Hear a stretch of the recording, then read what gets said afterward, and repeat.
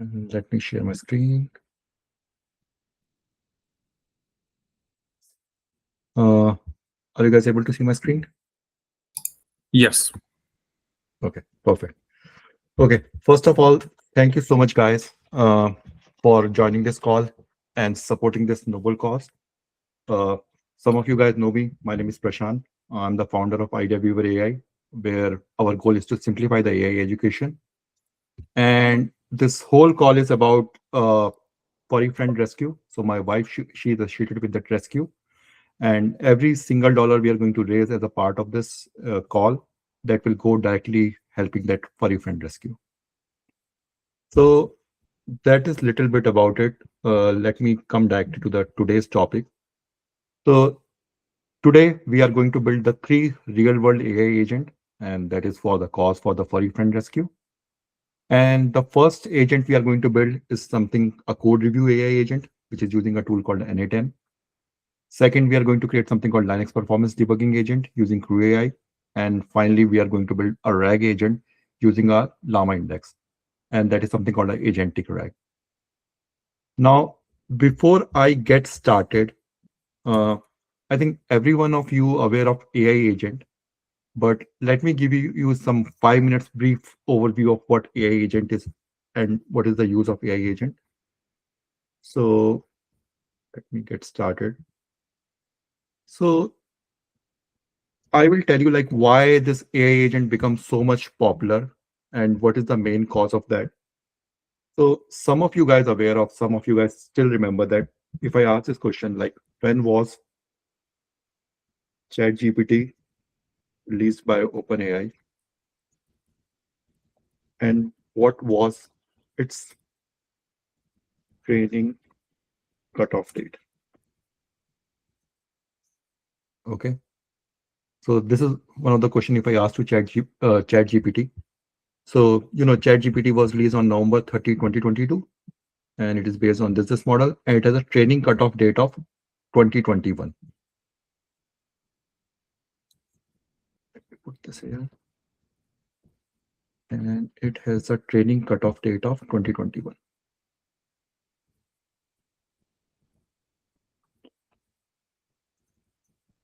And some of you guys who is using this ChatGPT or OpenAI or any of the model, this was the major frustration point for many people. Like when they started using this ChatGPT, the training cutoff date was 2021. So if they want to ask a question like what is the current weather or something related to the current trend which is happening at that time, they was not able to get the answer. Okay, so what people started doing is that at that point of time, there are frameworks which was emerged. Like one of the most popular one uh, is called, sorry, not Llama, it's called LangChain. Some of you guys heard about this framework called LangChain. And what people started doing that is that with the help of a LLM, they started calling something called external tools. And those external tools can be, for example, weather API, or it can be like, for example, Serper for getting the real-time search. And the whole issue was because ChatGPT has a training cutoff date of 2021, so it does not know how to get the latest data. So people started building the frameworks. For example, LangChain was one of the most popular one, and they started calling these external tools through which they can get, for example, the weather data, the current weather data, or calling the server. Okay. Now the issue is, how does my LLM knows that whether it need to call the weather API or whether it need to call the server tool? And that is where, with all these external abstraction or the framework, something which become popular is called agents. So agent is the layer which help us decide which tool to call, whether we need to call the weather API or whether we need to call the server tool or whether we need to call the GitHub API or all the Slack API, all the other APIs. So that is how agent got popular, because of all these training cutoff limitations and everything, people need to get people wants a real time data at that point of time. So for example, if currently if I ask what is the current weather in SFO?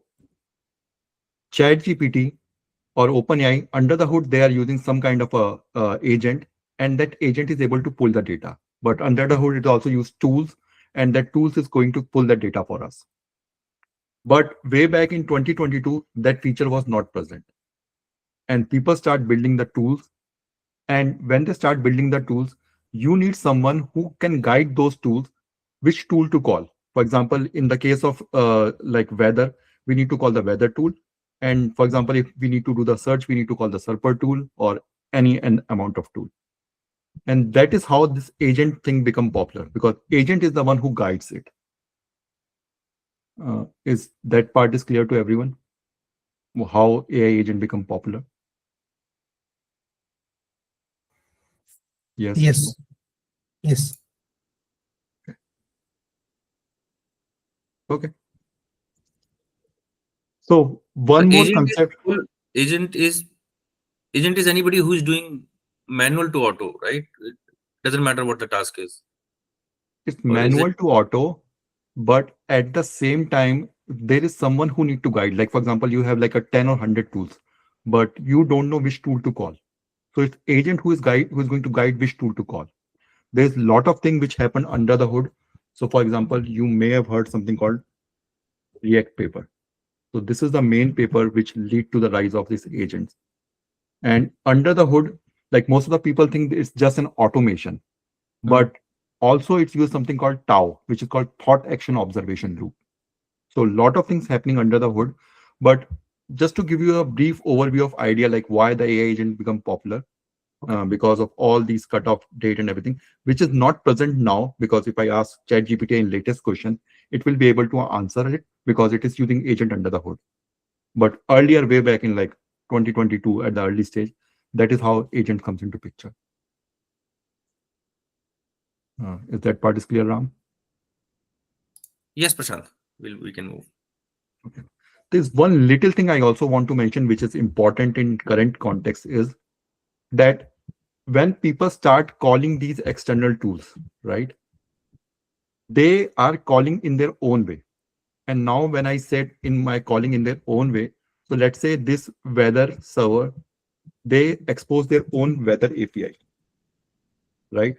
So in order to call this weather API via LangChain or via any other framework, I have a different method.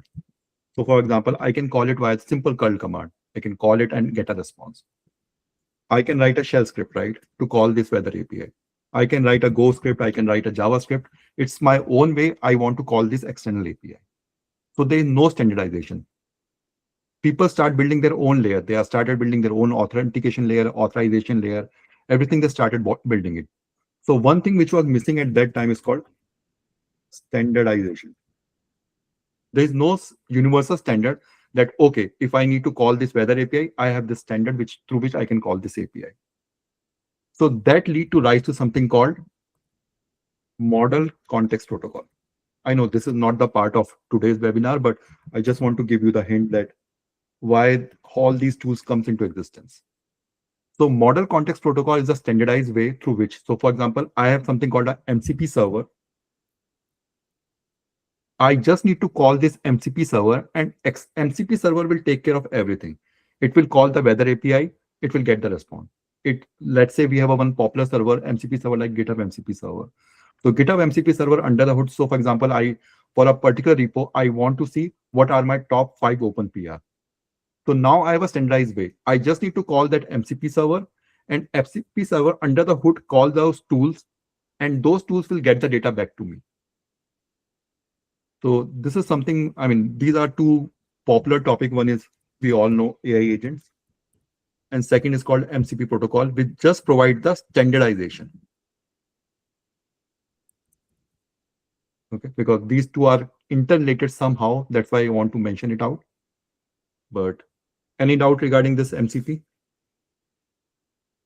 It's basically a standardization layer, nothing else. It's not an API or API replacement, right? It's decision making hood.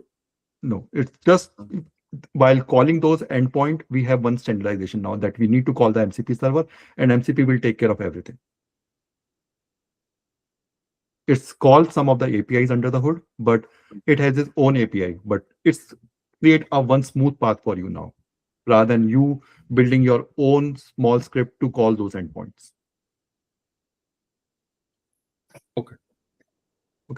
Prashant, can I ask a question quickly? Sure, sure. So yeah, I'm just trying to understand the similarity with the AI agents and MCP. Like, are they similar things or different tools? So under the hood, all these MCP, they also called tools. So ultimately, the data which is being presented to you isn't bring it by the tools. Agent works on the layer above it, which is going to make a decision-making layer. It's going to decide which tool to call. MCP is one straight path for you, which is it need to call one tool. So for example, we have one standard server, which is called GitHub MCP server, right? It only know how to call the GitHub and get the data back for you. For agent, it has a multiple tool and it need to juggle between it, and it will need to give you the correct tool to get the correct information for you. Okay. So yeah, these are all the contexts which I want to build prior to that. Now we will come to our main topic for today, which is building our first AI agent. And the first AI agent which we are going to build something called a code review AI agent using n8n. Okay. First question I want to ask it to you guys. Any one of you heard about what is this n8n? Yep. Because I will start from that point. Okay. Except Mark. Any one of you guys heard about n8n? Nope. Okay. Okay.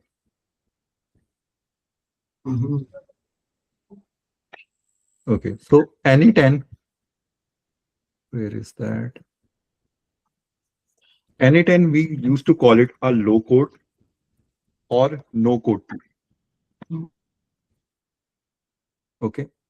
And the reason we are calling it a low code or a no code tool, because it helps you automate your workflow. So if you go close that. So basically, if I need to create a workflow or need to create my AI agent, I just need to drag and drop. And these are all the workflow which I'm seeing. So for example, this is some create user kind of a submission form. Then we have some AI agent, which we are going to build one. And basically, you just need to do a drag and drop. You don't need to write. I mean, it's a kind of a no code kind of a tool. It still supports some of the coding part also. But basically, you just need to do a drag and drop and it will build everything for you. Okay. And that's what we are going to see. And the reason why it's called n8n, it's because of its name. It is basically an acronym for something called N is this. Then they use something called odomatio, which is kind of a sound like automation, and N. So basically there are 8 letters between N and N. That's why it's called n8n. I don't know if it makes any sense, but this is how they have named it out. And everything you are seeing it over here, this is called one node. This is called one node. This is called one node, one node, one node, one node. So these are all our nodes.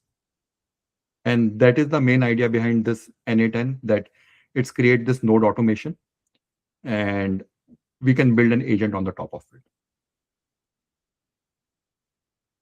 Okay. Now, the automation we are going to build it today, like I said, it's a code review AI agent using n8n. So what it is going to do, it's going to work something called a pull request. Right. Now, are you guys aware of what is pull request is? Yeah, lower to upper environment. Yes, that is one use case. Any other thing? It is something like that. If you have to merge some changes from like one branch of feature to the main branch or some other branch, that is why we raise a pull request. Then we have to go by the review and everything. Then it will get merged. Exactly. So pull request is basically to review and merge the code changes.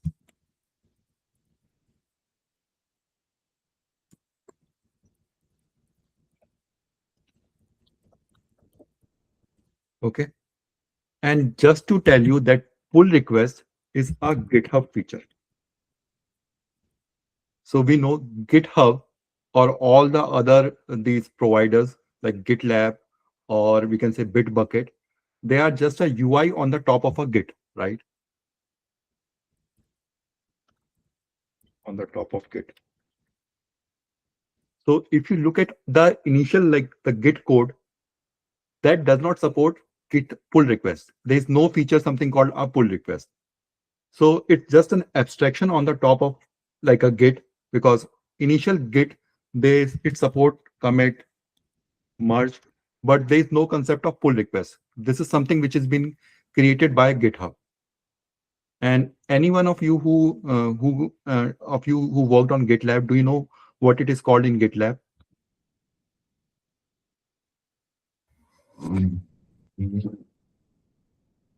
Okay, in GitLab it's called merge request. Oh, And I think in Bitbucket also they called it a pull request, if I remember. correct. But the main point I want to convey that this pull request is not a feature of Git. It is something they have built on the top of it. Okay. Now, the workflow which we want to create is that whenever there is a pull request which has been raised by your teammate or any of the developer in your team, we are going to create a workflow. And for example, again, when someone create a pull request in your team or in your company, there must be one person who is going to review that pull request, give you suggestion, and then based on the suggestion, you are going to modify that code, right? And then we are going to merge that pull request. So in our use case, rather than that person who is your teammate is now been replaced by the AI. So it's our AI model who is going to review that pull request, give you some best practice and suggestion, and then it's up to you. I mean, not up to you. You need to like work on those solutions, and then we are going to merge that pull request to our branch. Is that part is clear to everyone? Okay. I mean, in simple language, we are going to create a pull request, right? Like we used to do, how we used to do in our company and everything. And then rather than your teammate, we are going to use LLM to review the pull request. And then this LLM is going to give us a suggestion. And based on the suggestion, I mean, it's basically going to add a comment like we used to do in our company. And we are going to review all those comments and then work on those solutions or suggestions. And then we will merge that pull request in our branch. Okay. Now, you guys might be aware of this term called vibe coding, right? Which is made popular by this guy called Andre Karapathy, right? So most of the people, they are doing it like they're just giving a prompt to the LLM and getting for example, if I need to write a code, I'm just giving a prompt to the LLM and copy pasting that code.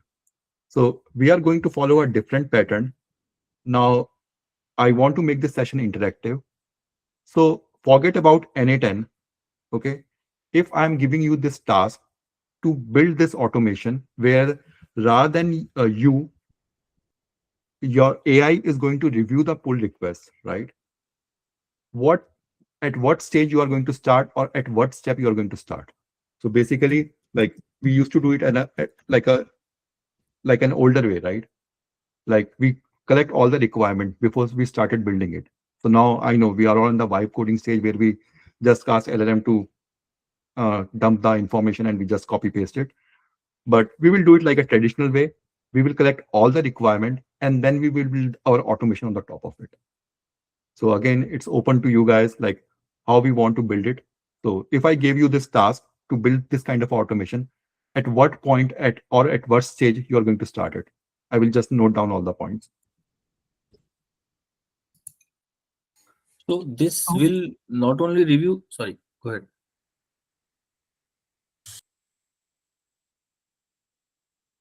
So this will not only review the best practices or how it should be written, it will review the functionality as well. That's why we are writing requirements and all those No, no, aspects. no, no, no, no. So, I mean, I can just give this prompt to the LLM, right? And I will ask him to build that workflow for me. Now, I don't want to do that. I want to build it step by step. So I just want to see like how exactly you are going to start it. I mean, we are not collecting any of those things which you are thinking, Ram. You are in the Hmm. right direction. But I'm just thinking like, if I'm giving you this project, how you are going to approach to this project rather than using LLM, how, I mean, the one thing which we all are losing is like, we are not utilizing our brain. We are Hmm. just relying on LLM, but I just want to do it like a traditional way. So if this is a project for you, how you are going to start, and there is no right or wrong answer. I'm just going to collect the requirement out from you guys. So first of all, we will review like what is the platform, like it is GitHub or Bitbucket or whatever. And second, maybe we will check that what is our branching strategy. Like either we want to review all our branches, all our PRs, or it is specific to like which is going to production or release type or something. Correct. And third, maybe like what are the principles actually, what exactly we want, like the standards we want to see in our code. That will review like what to call it. um, Yeah, that standard standards. to be fulfilled. Yeah. Yeah, correct. Okay. Yep. These are all really good suggestions. Anything else?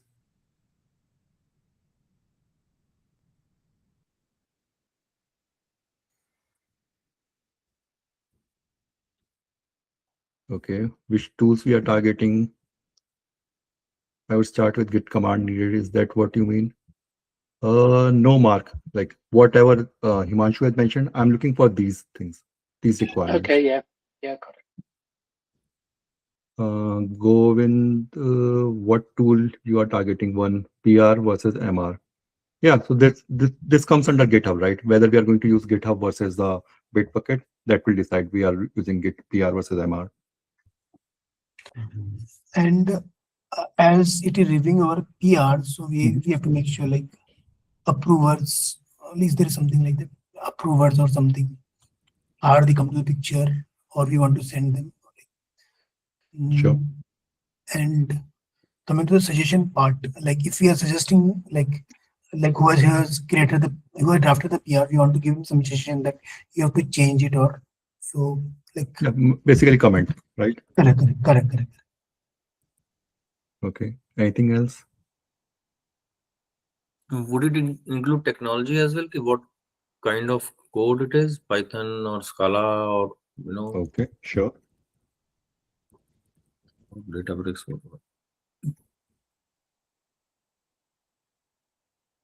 Anything else you guys can think of? Like just one more minute and then we will start building our workflow.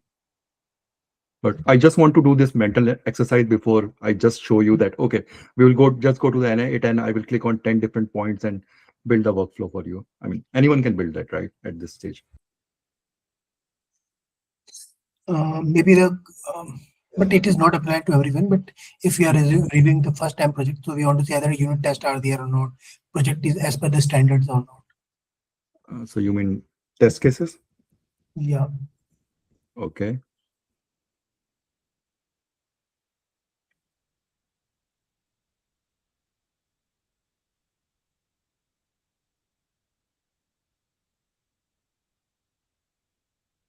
Okay. So now we have all these requirements in place. Let's start building it. Okay. Any specific instruction that are specific to our company practice? Yes. I mean, those comes under standards or best practices. Right. So let's start building it. Okay. So basically you need to log into this something called n8n.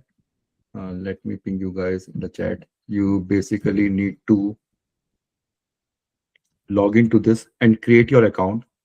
And it comes with two flavors. One is the cloud version.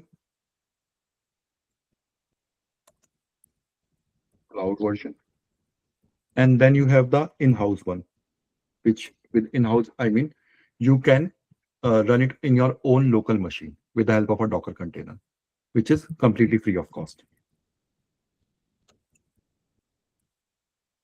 Okay. And this cloud version comes with 14 days trial. Just want to mention this one. Okay. And I think I have even created the video like how to run it on your own on-premise and everything. So when we create this workflow in n8n, specifically for n8n, everything starts with some kind of a, I will say, trigger. Okay. So forget about this. Trigger can be anything. Like, I mean, what we are discussing, even if you remember, in case of a Linux, we used to have a cron, right? So cron means we can schedule something on a regular basis, right? So let's say I set up a cron of like 7 a.m. where this particular command, this particular script is going to run at 7 a.m. Similarly, here we have some kind of a trigger in case of n8n.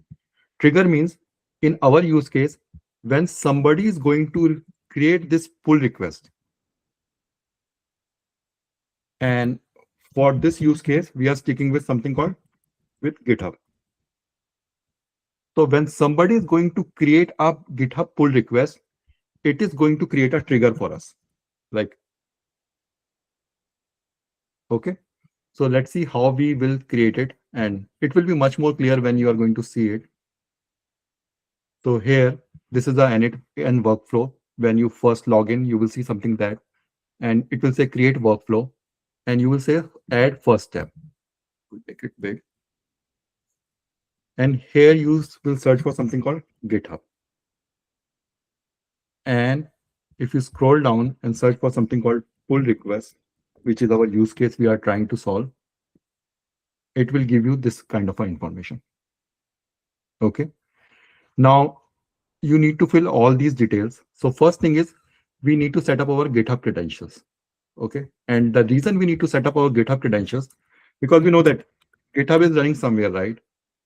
Now we need to connect this to our n8n, like how n8n knows about our repository, our different organizations we have in GitHub, the pull request. So we need some way to connect the n8n to GitHub. And in order to connect n8n to GitHub, we need to provide something called API keys. And these are all GitHub API keys. And the other name for that is called PAT, which is called Personal Access Token. Are you guys aware of this PAT or Personal Access Token for GitHub? Okay. Or even I will show you guys.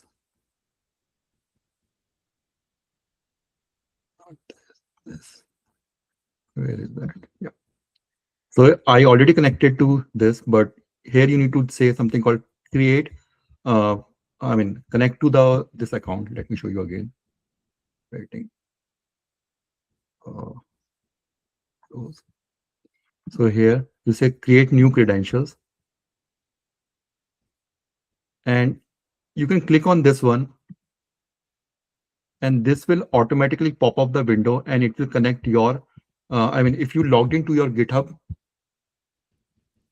account, it will automatically create a connection. The other ways to do it is what I have told you, is that with the help of the PAT token. So there are two ways.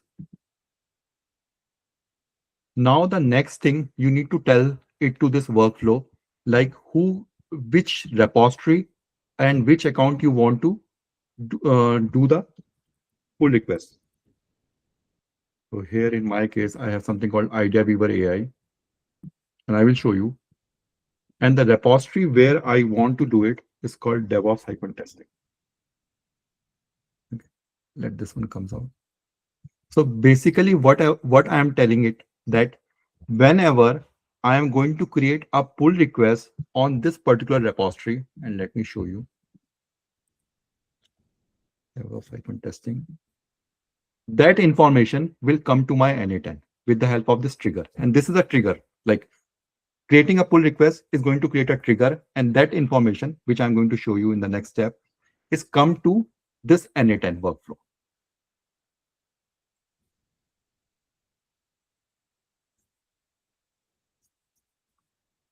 And the event type is pull request. There are other event type you can capture, but I just want to keep it simple. And because we are focusing on this, the pull request one, so I haven't done anything, right? I just connected my GitHub account from n8n to GitHub. I selected who is the owner of this repository.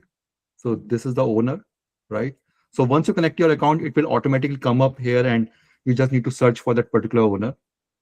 You just need to tell them on which repository, right, you want to create the pull request. So I have like n number of repositories here under this ideviewer-ai.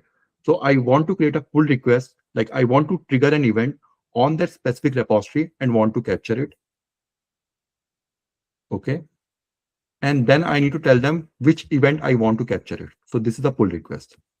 So now let's execute this step. Okay. So now it's waiting, like it's waiting for some trigger to be happen. And let's create that trigger. So if I go to this repository, which I have configured it, I say add file, or let me do one thing. Let me edit this file. I say some random name. I will put anything, right?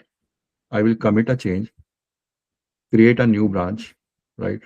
Propose a change. And then at the bottom, I will say create a pull request, right? So it's create a pull request number 17. Now this is a trigger that the way we have configured.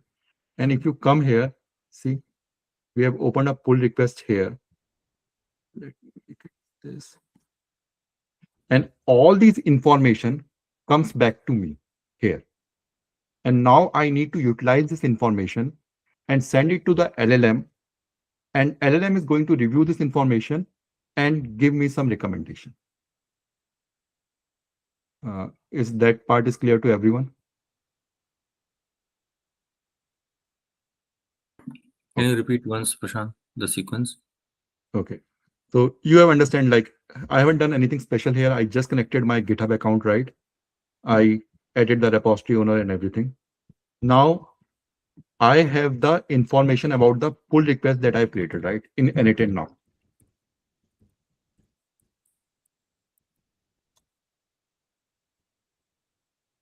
You have seen that the pull request 17 that I opened here, right? My n8n workflow now has the information about this pull request, right? This part is clear, right? Yep. Now the next step that I need to do is, if you have seen this pull request, right? It has the bunch of information. Like this pull request, URL, ID, node ID. I don't need all this information, right? Basically, whenever you are going to do the review the PR, right? You are going to do the PR based on the file, right? Whatever the changes inside the file. So inside the file, I only have these changes, right? I added this value, some random changes. And maybe I think I have added some white space. So that's why you are seeing plus also here. But basically, I have added this data. So now the next step for me in this use case is that I need to extract those changes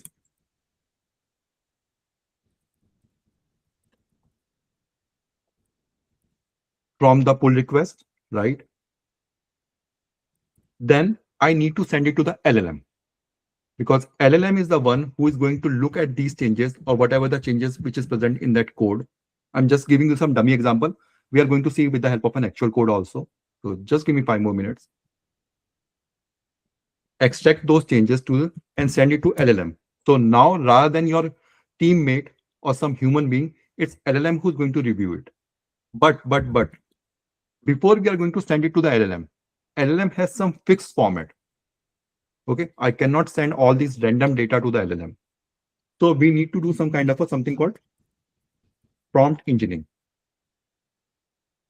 So basically, whatever the changes that is present there, we are just going to format those changes, send it to the LLM, and then when LLM is sent us a recommendation, whatever the changes which is need to be done. We are going to send it back to our GitHub PR, which is 17 in this case, with all the recommendation and changes in the form of something called comment. We are right now, we are at this step, and we are going to build all these things step by step. But is this workflow at a high level, at least, is clear to all of you guys? Okay, perfect. So now, again, coming back to this, I told you, let me make it a little bit smaller. We have all these bunch of data, right? We don't need all this bunch of data. Our main idea is to extract this changes, like the code. Like, again, I'm showing you with the help of this dummy example, but think of in your real use case scenario where your teammate who has raised a pull request with bunch of changes related to a code or anything. So basically our idea is just out of this whole bunch of information, we just need to extract what actually changed. Okay. And for that, there is something called files. Let me show you.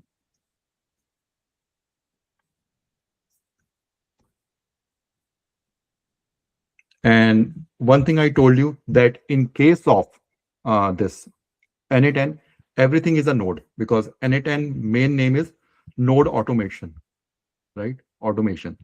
So everything we are defining it over here. This is one node. The other node which we are going to build is another node. So all these things, they are node. And one more thing we can do it over here is we can do something called up pinning. So what pin is going to do, it's going to freeze that data for us. So, we can replicate this. We are always going to create a pull request. That pull request will come to us, and then we are going to format it out. The other way we can do it, we can pin that data, and this data we can use from now onward. Obviously, we are going to create a new pull request, and that we are going to work on that. But just for the initial building of this pipeline, we are just going to build upon this data. And I will show you what exactly I mean by that. So now in the next step, what we are going to do, we are going to add one more node, and that is called HTTP request node. And the only thing out of this HTTP node we are going to do, we are just going to pull out the files which are changed in that pull request, because all this big data we don't need. We just need that file data which is being extracted out from it. Okay. And if you go down, there is something called we are going to work on this api.github.com, and there's something called files. Files means the actual files which has been present. And in our use case, for example, here we only have one file which is changed. Now the issue with this approach is that I'm hard coding these values, right? This is IdeaVR AI, which is the name, right? Which is the repository name or the org name. The DevOps testing is the name of the repository. And then we have this pull request, right? So these are all the hard-coded value. So tomorrow, like today is pull request number 17. Tomorrow it may be 18, 19, or whatever be the pull request. Now n8n provide us the way through which we don't need to hard code these values. We can variabilize it, right? Like the way we are going to do it in case of any programming language, we put our variables and we assign the value to it. So it's much easier for us to change it in future if we want to change it out. So same thing will apply to this n8n also. So for example, in order to variabilize it, you need to go to something called expression. And let's say this IdeaVR-AI. So this is the data which comes out from that pull request. And if you scroll down and you go to something called, scroll down further, I think, let me tell you this.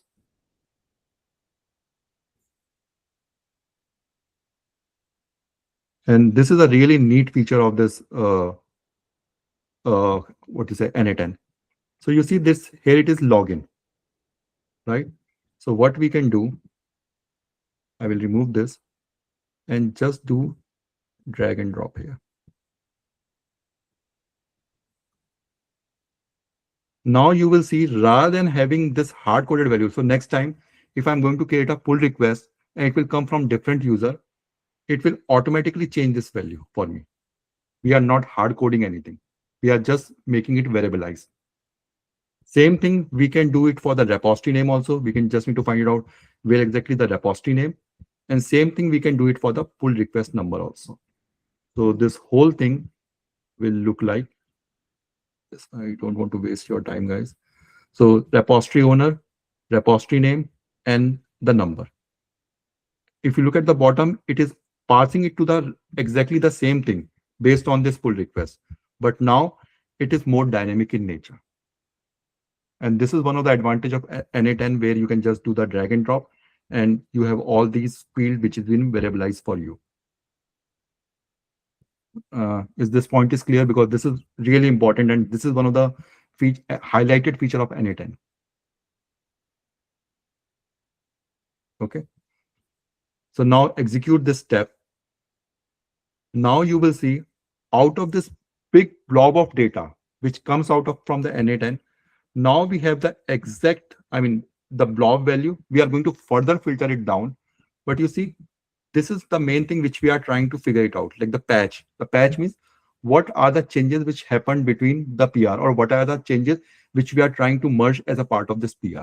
This is our main focus point. So now we have reached up to the point where we have trigger from GitHub. We get that data, and out of that data, we are able to get the difference. Right?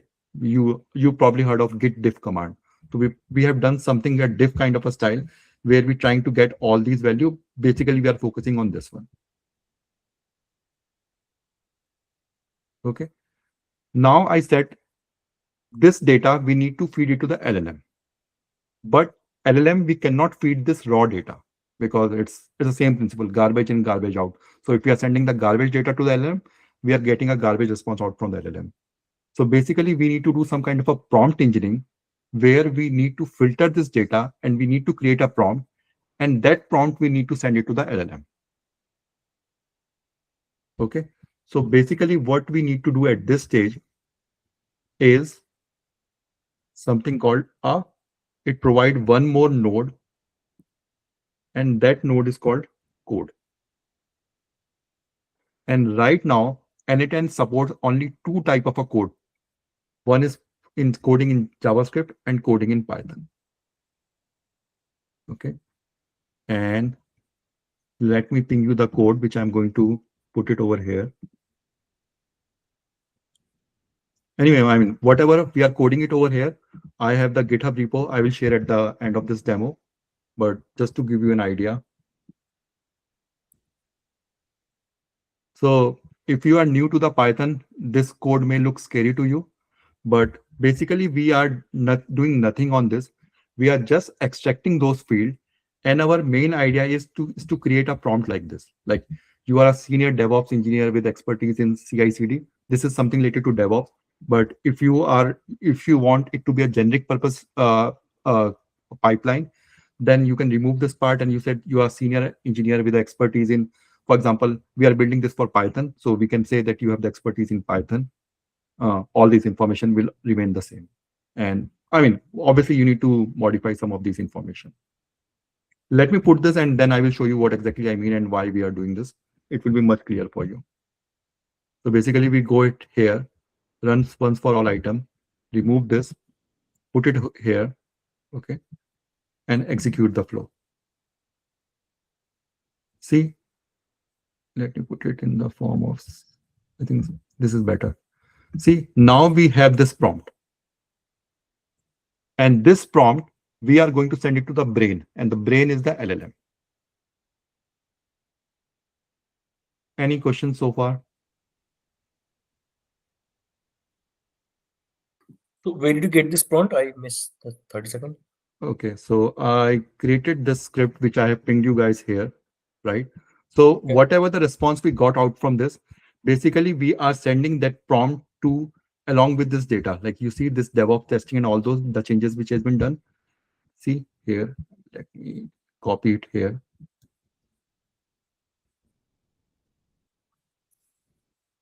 Okay, so up till this stage, we extract those changes, like we got the diff. between the changes we are proposing as a part of a PR. Now we cannot send the direct diff to the LLM. So we need to structure it out. We need to prompt it out. And in order to do that prompting, we created this simple script. And the whole idea of the script is to take that change, right, and to structure it out. So here, say you are a senior DevOps engineer. If you remember, we have made the changes readme.md file. This was the diff, the new lines that we have added. And we have added all the extra information, focus on DevOps best practices, reliability, and all those information. So basically, we are just massaging that output and sending it as a prompt to our LLM. Is this clear now? Yep. So before and after will always be same. It's just that in between delta part we'll be keep on updating as a part of this prompt. Yes. And like I told you, this is specifically for DevOps, but if you are building it for any other, like for example, you are an expert Python developer, or you're an expert JavaScript developer, you just need to modify this prompt a little bit. Like you need to modify this value and some of these, but rest of the thing will remain the same. Okay. So far we reached up to this stage. Now the main part, that we now have the prompt. Yeah, every language will have one node. Yes, that is correct. And so far, one thing which I have showed you, that the prompting in this case only been supported by two languages, which is JavaScript and Python. So the code which we have wrote, it only supports these two languages, JavaScript and Python. So unfortunately, n8n only support these two languages. So if you need to format your prompt, you can only wrote your script in these two languages. But this, whatever we are building, that can work universally. So you can write it even for C, C++, Go, anything. It's just that this prompt is only going to work for Java or Python. JavaScript or Python, sorry, not Java. So now we have the prompt, right? Now the next part is we need to connect to the brain, and that brain is called LLM, right? Now I will show you how to connect it to the LLM. So connect, I will say this is called define below, and I will tell you why. And again, the same way we have done it earlier, like I told you, I need to send this prompt to the LLM. So that's why I use something called define below. And I just drag and drop this prompt. And like Ram has mentioned, most of the time this prompt is same, except this middle part is changed, like whatever the changes which is proposed by my teammate. So this is one part. So now at this point of time, I only connected the prompt, right? Now I need to connect it to the actual LLM. And for that purpose, I can click on this. And let's say in this case, I will show you other models also, but let's go with the OpenAI. And the same way that you have connected the GitHub, here you need to do something called create credentials, and you need to put your OpenAI API key. So if you go to this,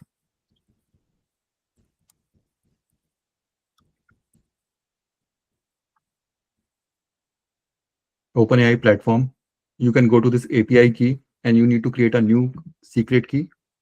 And when it's created, you just need to copy paste it over here. The only downside of this, that you at least need to have put $5 into your account, OpenAI account, before you need to use it. So that is something, and I will show you how to overcome that limitation.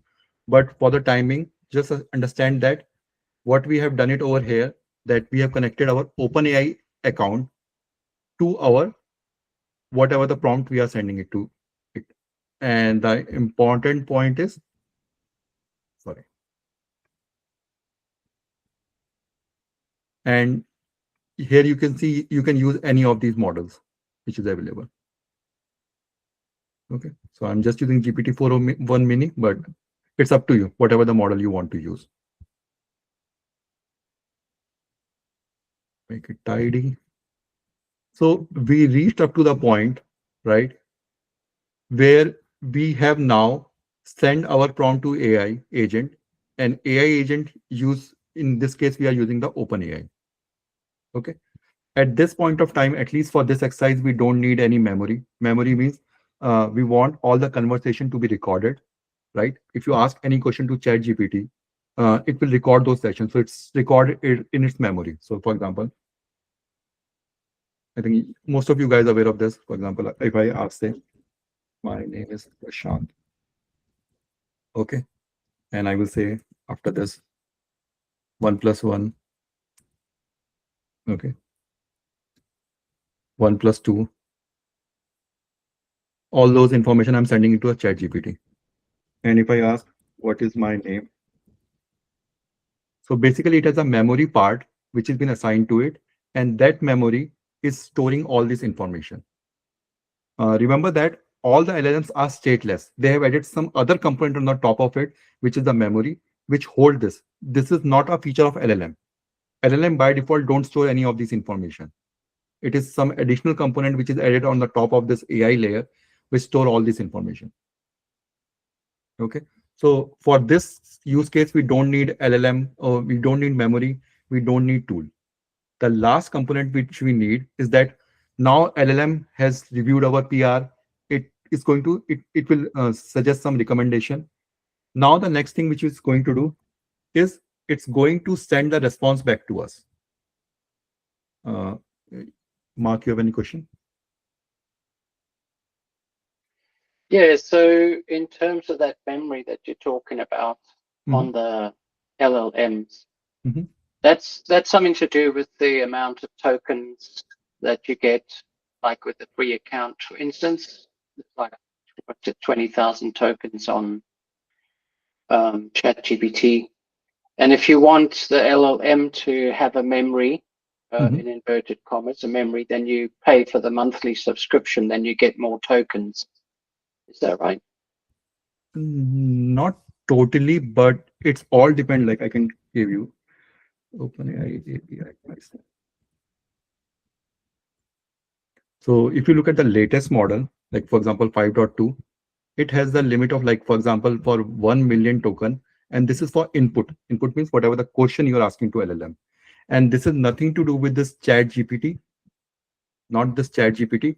If I need to call OpenAI via some kind of a framework, like for example LangChain, if I'm building something for my own, the $20 thing does not comes into this input and output token. This is completely separate tokens. Okay, got it. And the memory part is completely separate thing altogether. And because you have raised this, I will also want to show you guys. I know this is something different, but there's a really good tool called tokenizer.vercel. Let me ping you guys this too. And if I gave him any of these, like let me copy, let's say this one. And if I put it over here and I choose GPT-4o, it will tell me that if I am going to send this sentence to OpenAI, for example, this GPT-4o model, how many tokens it is going to cost me, like 68 token, right? In this case. So based on this, it's like, what I mean, now the pricing is dirt cheap, but earlier when they released it, it was pretty expensive. But this is just for input token. Remember this again. Output token, there is a different cost, which is 1 million. For 1 million token is $14. Okay, I know this is some different conversation, but memory in this context, it's being referred to how much of the past data it has been can reference while answering. Yes, that's exactly correct. But again, the main point is, which I'm trying to highlight, telling you, LLMs, they are stateless. LLM does not store any of your information. It has no idea about it. It's a memory component which they have added on the top of the OpenAI, which stored your information. And there's something called, you probably heard called context window. So way back, like in 2022, when ChatGPT released this GPT 3.5, the context window was 4K. That at a time, it is only going to look at these 4K tokens, all these 4K tokens, and then only it is going to reply to your answer. But now if you look at this GPT 5.2, it has a token window of like 400K token. And if you look at Google Gemini, it has a token window of 2 million token. If you guys get a chance, please read this. I really Chroma context short. Please read this study. They have figured out that after a certain context limit, irrespective of number of context window size, your performance is going to decrease. And I think it was 400K token that they figure it out that after that, once you hit that limit, even with Google Gemini, if the answer needed a lot of research and reasoning, Google Gemini was not giving the perfect answer. Google has done a lot of other things on the top of it, like for example, sliding window and bunch of other innovation they have done. So it's not only related to the context window, but that is how Google is able to maintain the 2 million token. But again, if you guys get a chance, please read this. It's a really good research done by this Chroma team. And Chroma is the one who is the founder of the Chroma DB database. Yeah, sorry. So we digress from the main topic. So now let me show you again. So now at this stage, we have done all these things. We have this AI agent, and which is connected to our OpenAI. And OpenAI, like our teammate, give me some recommendation that your code is not following all these best practices. It has all these issues. So it gives me the recommendation. So what exactly I need to do is I need to post all those feedback back to my pull request that I have been created. The same thing like my teammate used to do. Like whenever it sees the issue is my PR, it goes to the PR and it's going to create a comment. It will write a comment that, okay, all these changes you have need to done to improve this PR or to make it like whatever the standard we are following in our company. So what I need to do is again go to this GitHub. I will say create a review. Okay. And I will say review create. Again, I need to select this idea weaver.ai. So now see that again, I have connected my account. So this time n8n need to send all these details back to my GitHub account, right? So I need the connectivity too. And that's why I'm filling it over here, which repository it need to send. So this is DevOps testing. Pull request number. Again, I don't want to hard code these value. So I will get it on the similar way I used to do it earlier. Like you remember, I just did the drag and drop and figure it out. So see, I got the same thing, 17. And rather than here, I will say comment. And the comment body is what? Not here. So whatever the output which is coming from the OpenAI, all the recommendation, I want to put that as a comment to my PR. Okay, so let's execute this, or I will show you this one. So first thing I need to do that I now want to test it with the real data. So what I can do, click on this, and I will unpin it. So it will test on the real data.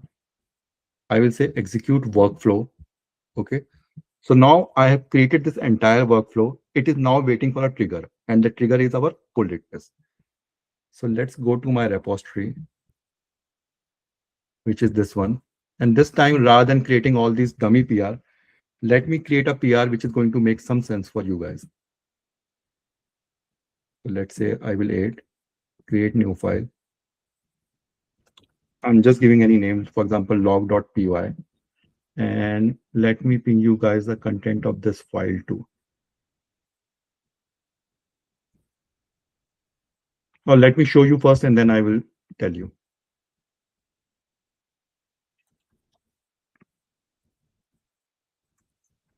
Okay.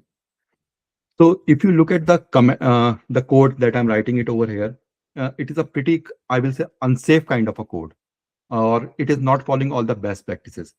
So if you look at here, all those of you who is coming from Linux or Unix background, understand that this is a directory where I used to keep all the logs. Like this is the default directory where Linux or Unix system write all the logs. And then what I'm trying to do that I'm deleting all the logs. So this is like a really kind of a dangerous kind of a PR. And this should not go into production. Okay, so let me do one thing. Let me commit the change, create a new branch, propose a change, okay, and create a pull request. Now let me go back to my n8n workflow. It triggered so quickly that I was not able to see it, but you will see that GitHub trigger was triggered, HTTP pull request, code in Python. Now it is going to AI agent, where it is going to the OpenAI model. And once that is been finished, it should put a comment back to that PR, and we will see that. So it is taking some time because, so now the workflow successfully executed. Let's go back here and you will see that it gives me all the recommendation. Oh, I can ping you guys this.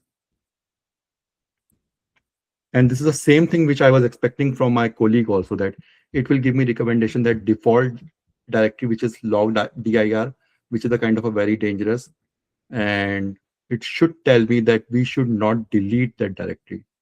Safeguard all these, yes, dry run.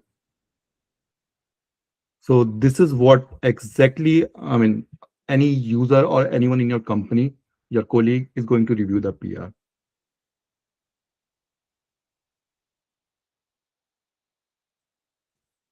Is that is clear to everyone? How we build this whole workflow? So does it give the updated version as well? If I can ask him right away in the prompt itself? What do you mean by the updated version? I mean, whatever it's recommending, would it send the updated file as well? No, that functionality is not added right now, but we can add that. Okay. So basically it gives me the improved code also, like what exactly we need to do. Yeah, that's what I was looking. Yeah. I mean, we can add that functionality to add a file, and that is also a part of a new pull request.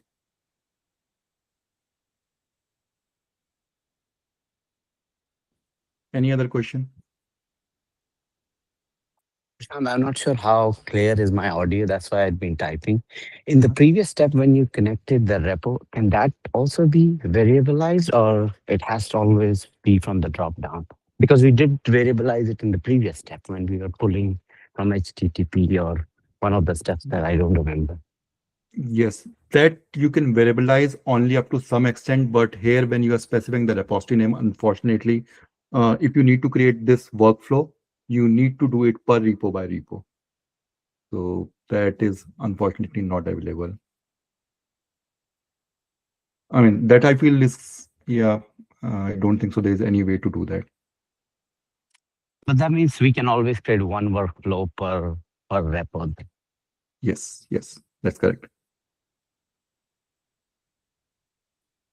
This was HTTP setup, and this is Git trigger. Sorry, I didn't get you. What do you mean by that? This one HTTP setup. Oh, okay. Yeah. Thanks, sir. Okay. Just want to show you few more things before we wrap up this one. I know I'm supposed to complete this one by 11 o'clock, but here I told you that, okay, when we are connecting this OpenAI model, right, we at least need to have a $5 in our account. Okay, I just want to show you some other ways where you don't need to pay to OpenAI or some other provider. So let me disconnect that. And if you go here, there's something called Open Router. I don't know how many of you guys are aware of this. Anyone of you heard about Open Router? Yes, no? Okay, Mark has heard about it. So basically, it is similar to, like, few days back, you may have heard about some company called CrewAI, right? So Grok, this is one of the company which is acquired by NVIDIA recently. So they are the inference platform. Similar to that, Open Router also provide a bunch of models, and they charge you based on API cost. The only difference is, like, For example, OpenAI also only have the OpenAI models like GPT and all those models. But similarly, you can go here, you can create your keys, API keys. You can connect it, like for example, create new credentials, you can connect it. Now, the good part is they also provide some of the free models. So for example, I say GPT OSS. So GPT OSS, they call it free. Yes. So they have some restriction, like you can only make like n number of calls per day. But if you really don't want to pay to OpenAI and want to test this workflow, you can use this open router rather than using this OpenAI connected, and you should be able to test your workflow. But it has a restriction that you can only make n number of calls. But I tested it with GPT OSS, and the recommendation is as good as OpenAI. And it has all the bunch of other models too. Like if you search for something called free, it has a bunch of other models. Now, not only OpenAI, but also DeepSeek and everything, Nemotron and everything. So if you just want to test it, you can do that. Other thing I want to show you, in case if you don't want to go to this workflow itself, I mean, here you see that I only have 11 days left in our n8 trial period. There's something called n8n Docker. So you can install this n8n in your local machine and have your setup ready, which is free of you for your entire life, right? You don't need to pay even a single dollar. On the top of it, like I told you, OpenAI, you need to pay it to these guys. Open Router, they have a restriction that you can only make n number of API calls every day. It also supports something called Ollama. So in case of Ollama, are you guys aware of Ollama? Yes, no. Okay. Mark and Govind is aware of that. So basically, using Ollama, you can run these big models locally. So for example, I have this, and I have this GPT OSS running locally on my system. But just to set the real expectation, you need a really beefy laptop to run this. But this is possible that you can run n8n in your local laptop, as well as on the top of it, you can run these models, and you can connect n8n when you are running it locally with this Ollama, and you don't need to pay to any of these providers. Yes, Mark. Yeah, so I just wanted to share my experience with this. So I've got a home lab running with Proxmox and stuff, and I've been playing around with n8n and trying to make it. I'm running a local version in the Docker, which is fine, perfect, all works well, and a local version of Llama. And the only issue I had was with the API keys from Gmail. I was trying to pull some stuff. And there's a workaround for it. It likes the HTTPS pipeline. So I just set up Cloudflare account and made a subdomain, n8n domain name. And that got around all the restrictions for Google and stuff. That was one of the things that caused a few issues and headaches for me. Okay, I know what you are saying. I think it's something related to Gmail when we set the OAuth authentication. Then at that point of time, we need to give our domain name. Yeah, and then it doesn't like that it's local to me because it's HTTP and stuff like that. So whatever background checks they're doing, you can get around it. Just if you have a domain name of your own, just create a subdomain and use Cloudflare to create a front end for its endpoint. Sure. Makes sense. Yeah. Thanks for sharing your experience. Okay. I know we are just a little bit over time, but I want to show you guys a few more things which can help you in your n8n journey if you want to continue with this. So whatever I've showed you guys, I have put it here in the form of a workflow in this repo. And if you don't want to build all these workflow from scratch, you can see there is a little bit of this three dots over here. Just click on that, and there's something called import from file. And you can just import this, for example, this JSON file, which I've showed you, and this whole workflow will be imported for you. Okay, same way you can export it, save it, and that will work for you also. And n8n by default provide a lot of workflow. They provide a lot of other templates, I think here. So they have some of these pre-built template for most of these tasks. So if you want to test it, you can just click on this and you can use that template too. And one last thing I want to tell you, this is not a complete workflow. I'm also working on some of my own personal stuff. So this, I just want to show you the workflow which I have built is like a really high level overview so that you will get an idea like how to do this code review for your PR. But this is a complete workflow which I'm building it right now. So as you have seen that the workflow that we have built, we are looking for all the PRs. We are not filtering it based on like it's whether it's an open one. That workflow is even going to trigger if somebody is trying to close a PR. It is just looking for the PR event. So we can even filter that. Once it has been posted on your GitHub, we want some kind of a notification. So I even have added some kind of a Slack notification. So this I will share it with you guys, but I gave you few pointers from where you can get started. Then you can start building. I mean, if n8n is something new for you, you can also build these kind of a complex workflow. But what I showed you today, it's a good place to start. And then you can add all the other functionality. Like I told you, you can build a Slack notification, you can build a Gmail notification, you can send it to Telegram or any other channel, Discord and anything. You can build some kind of a filter PR action, like I told you, open PR versus a closed PR. You can do like who's going to review it, comment it. You can even add the labels to your this PR so that it's easier for you to filter. So I just gave you some starting point from where you can build all these complex workflow. I will share this one with you guys also, but I will tell you, the point I'm trying to drive it here that n8n is really powerful. It's all, I mean, we are living in the AI age, so it's all depend upon your imagination, how complex or how easy you want to build it. Any question related to what we have built it so far? Is that is clear to everyone? And like I told you, you don't need to build it from scratch. Let me share this repo one more time with you. You just need to download this file, do the import from file, and this will bring all these functionality. The only thing you need to do is like, obviously you need to put your GitHub credentials, like you need to connect to the GitHub, all those OpenAI credentials.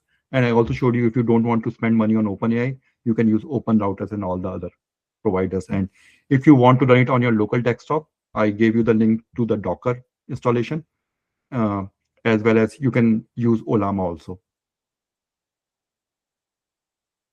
Any other question? Are we good with this, whatever we have built?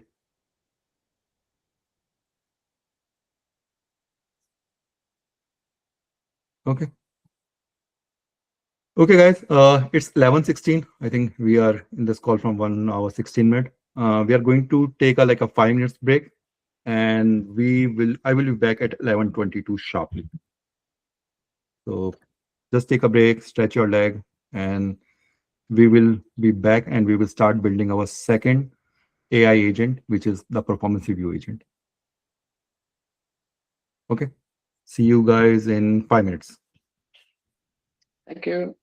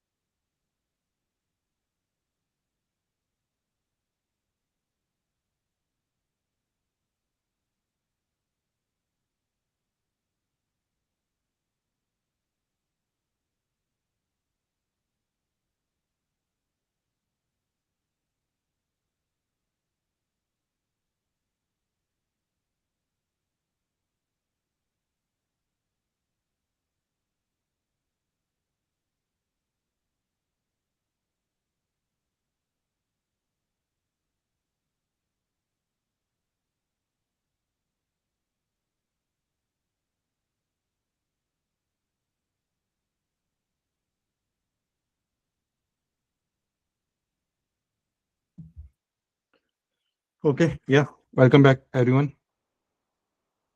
Everyone is back?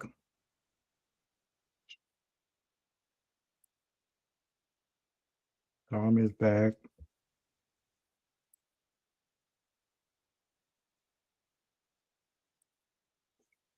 Okay, Ram, just give 1 more minute to everyone and then we'll get started. Sure, sir.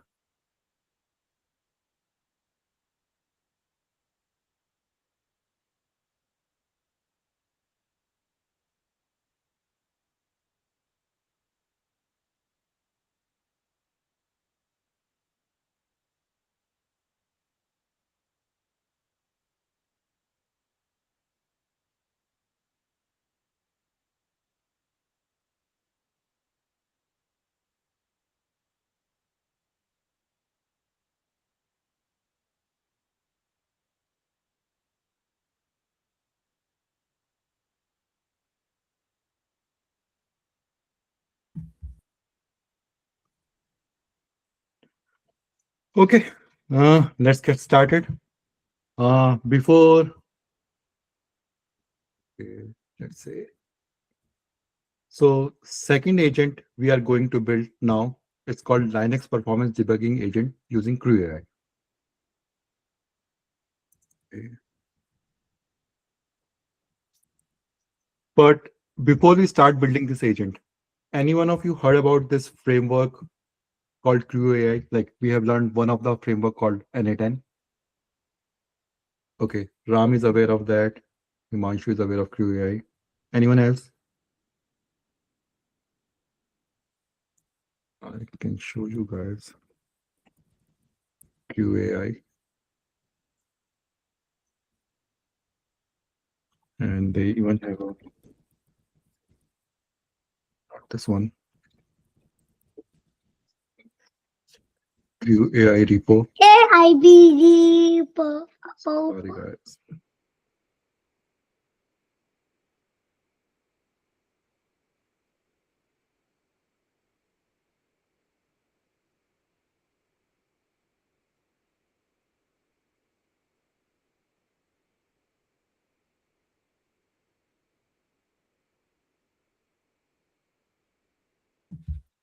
Hey, can you guys hear me?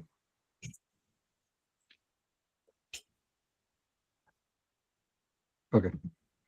So even they have this repo, CrewAI.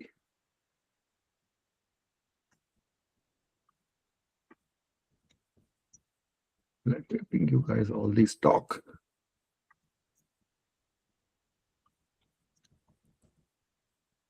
Okay, so I can tell you, first time I came to know about this CrewAI is that when I was looking for something called a multi-agent system. And the last one we have seen, which is n8n, which is a no-code kind of a solution. You have seen that we are doing a drag and drop, right? So CrewAI is considered as a low-code solution. So we have two aspects here. One is called multi-agent, and second one is called low-code.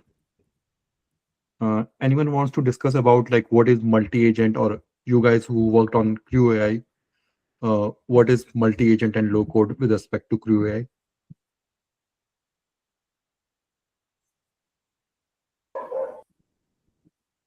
Well, just heard about it, but don't know the details of, as the name suggests, something multiple doing tasks, and low code would be preferentially doing the entire task just by writing few lines, something like that. But we can spend some time if others are okay. Sure. Himanshu? Yeah, multi-agent is like, I think, yeah, like CrewAI integration with the all Llama, and like paid and unpaid, all type of agents, LLMs. You can integrate, and if you with the bare minimum code, you can call them and you can for your buildings. Yeah, so it's partially correct. So multi-agent means rather than having a single agent, we have a multiple agent which is going to do our work for me. So let's say a simple example is I want to write a LinkedIn post, right?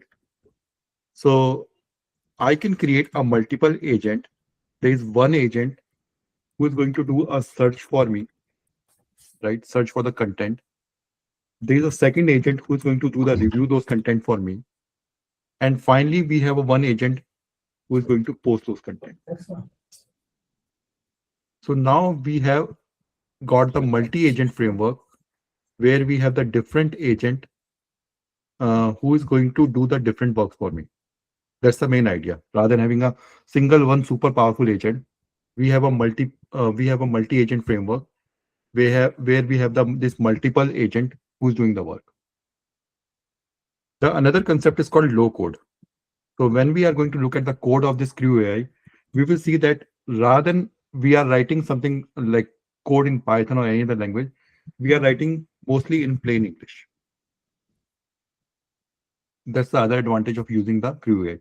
It is still going to involve some level of like Python code, and it is written in Python. I mean, this CrewAI, but most of the time you are going to see that we are writing in something of plain English rather than writing all this prompt engineering, technical jargons, and everything.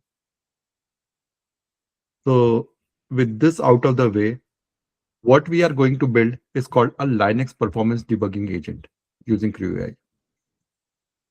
Now, if you are aware of Linux performance debugging, we mostly focus on 4 parts. First is CPU. Second one is memory. Third one is IO, which is input output. And the last part is the network, right? I think everyone is clear with this point, right?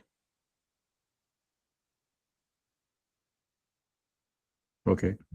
So we are going to see that rather than having a single agent, we are going to have a one agent who is going to collect these metrics for us. So there is one agent which execute those commands, right? Which we call a task in CrewAI language. And there is other agent who is going to do the review, whatever that command it has been executed. And finally, we have one agent who is going to send a recommendation. And in all these cases, right? I mean, the recommendation, everything, again, our brain is LLM. So we are going to use the OpenAI, but you are free to use any LLM.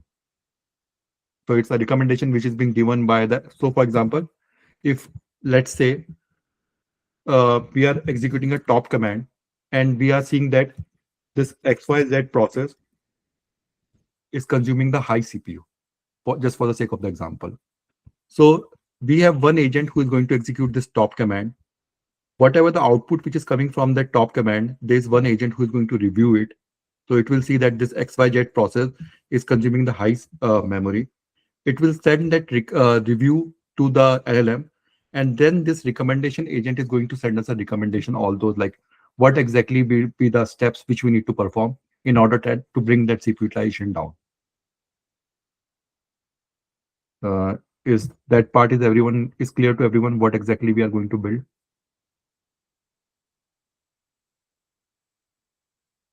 Yes, no? Okay. So let's understand few of the CrewAI terminology, and then we will go into the main part. And one thing is that, like I told you, these are like a multi-agent, right? We are building a multiple agent. So we are building a crew or an army of these agents. And this army of these agents, they are work together and give us a recommendation. And that's why the name comes out like a CrewAI.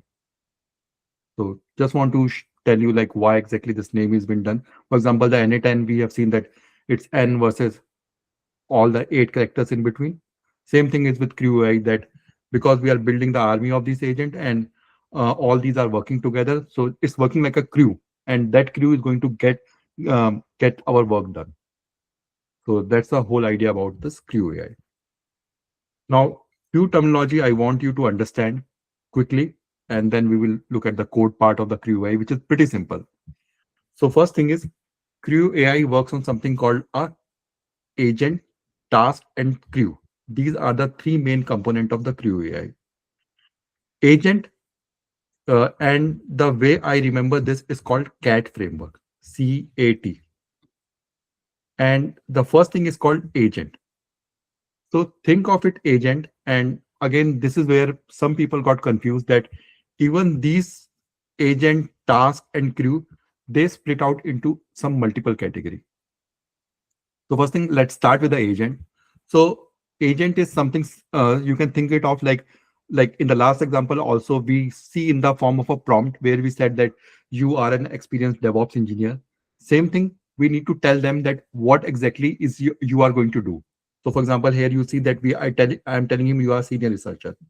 Same way we can tell him like a senior Python engineer or a senior DevOps engineer or a senior biomedical engineer. Whatever we want to say, we can specify in the agent. Task is where it's actually executing the task. So for example, in our use case, we said that you are a performance engineer. Now you need to execute these commands. So task is the place where it is going to execute the command. And finally, I said the crew. Crew is the one which is going to bring all these functionalities together.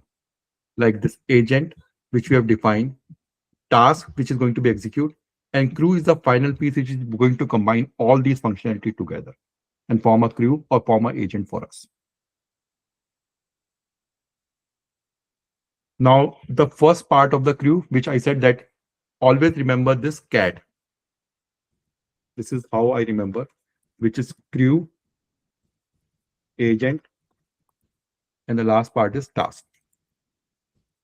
And again, remember agent, where we are defining the role. For example, senior performance engineer. Task is where it's actually going to execute the task. Actual task execution.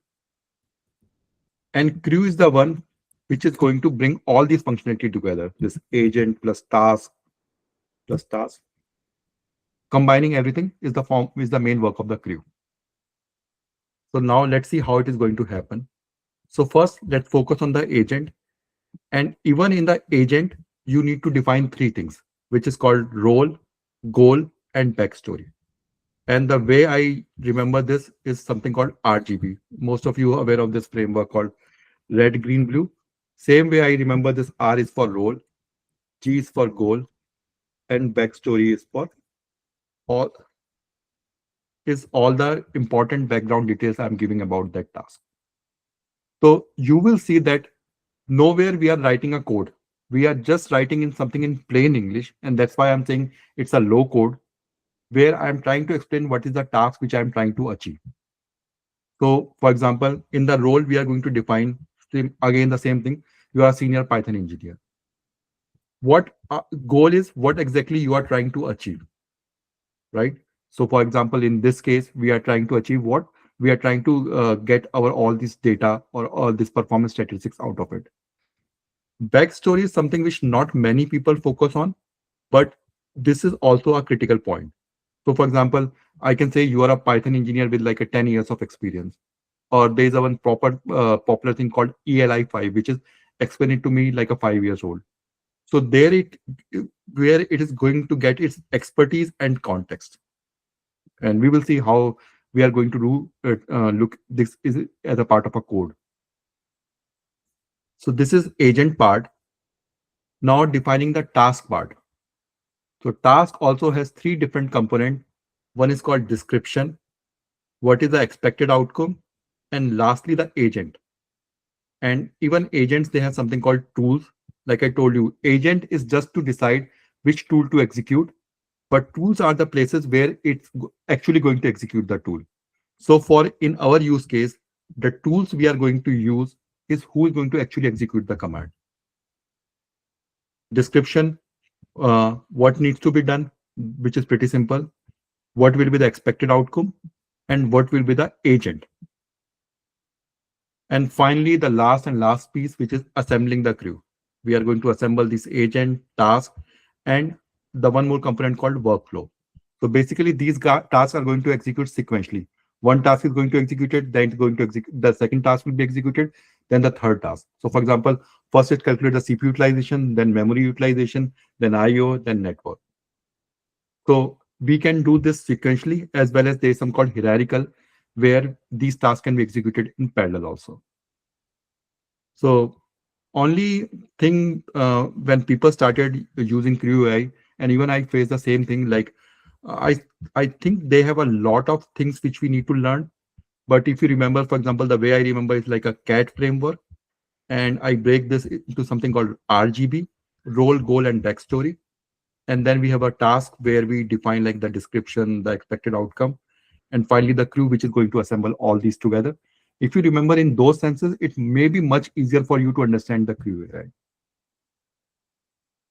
Any questions so far before we start building our actual code?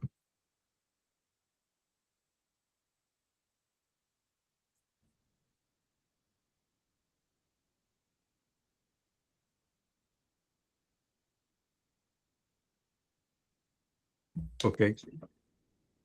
So let's start with the coding part. So first is that we need to install the CrewAI package, which is pretty simple, which is called, we need to just run pip install CrewAI and CrewAI tools. And this will install these binary or the module for us. Then the thing is that we are going to bring whatever we have discussed so far, that cat, we are going to import all these functionality. There is one additional thing which we need to do is called tool. And this is the thing which is going to execute our actual command. So I showed you in the task, there is something called tool. So it's tool who is going to execute our actual command.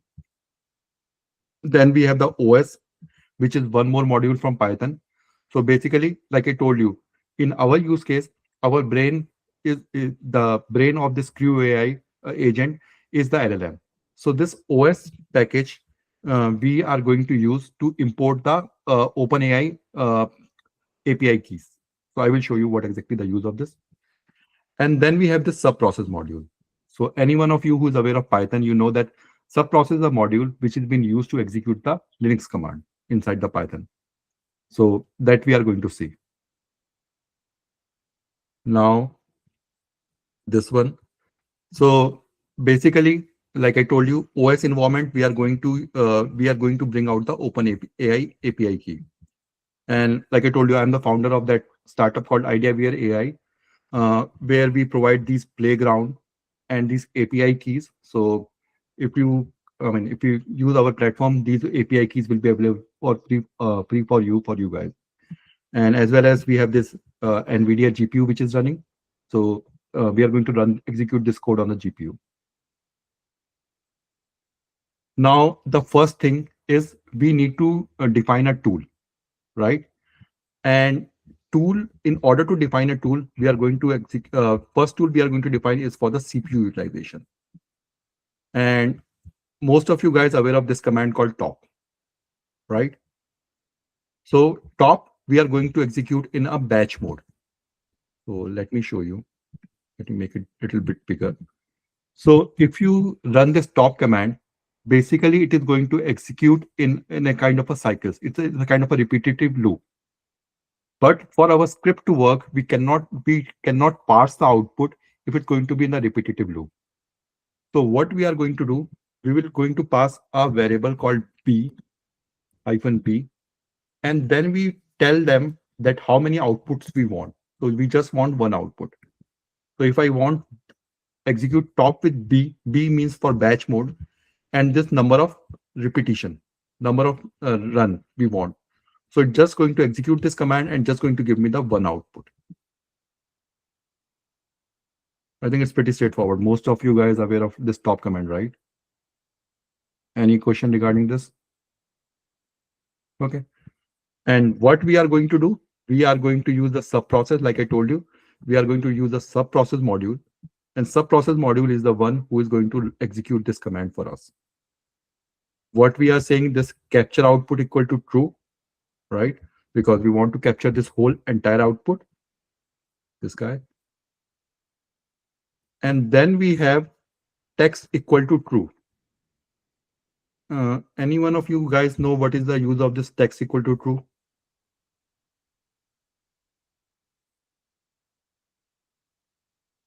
Anyone have any idea?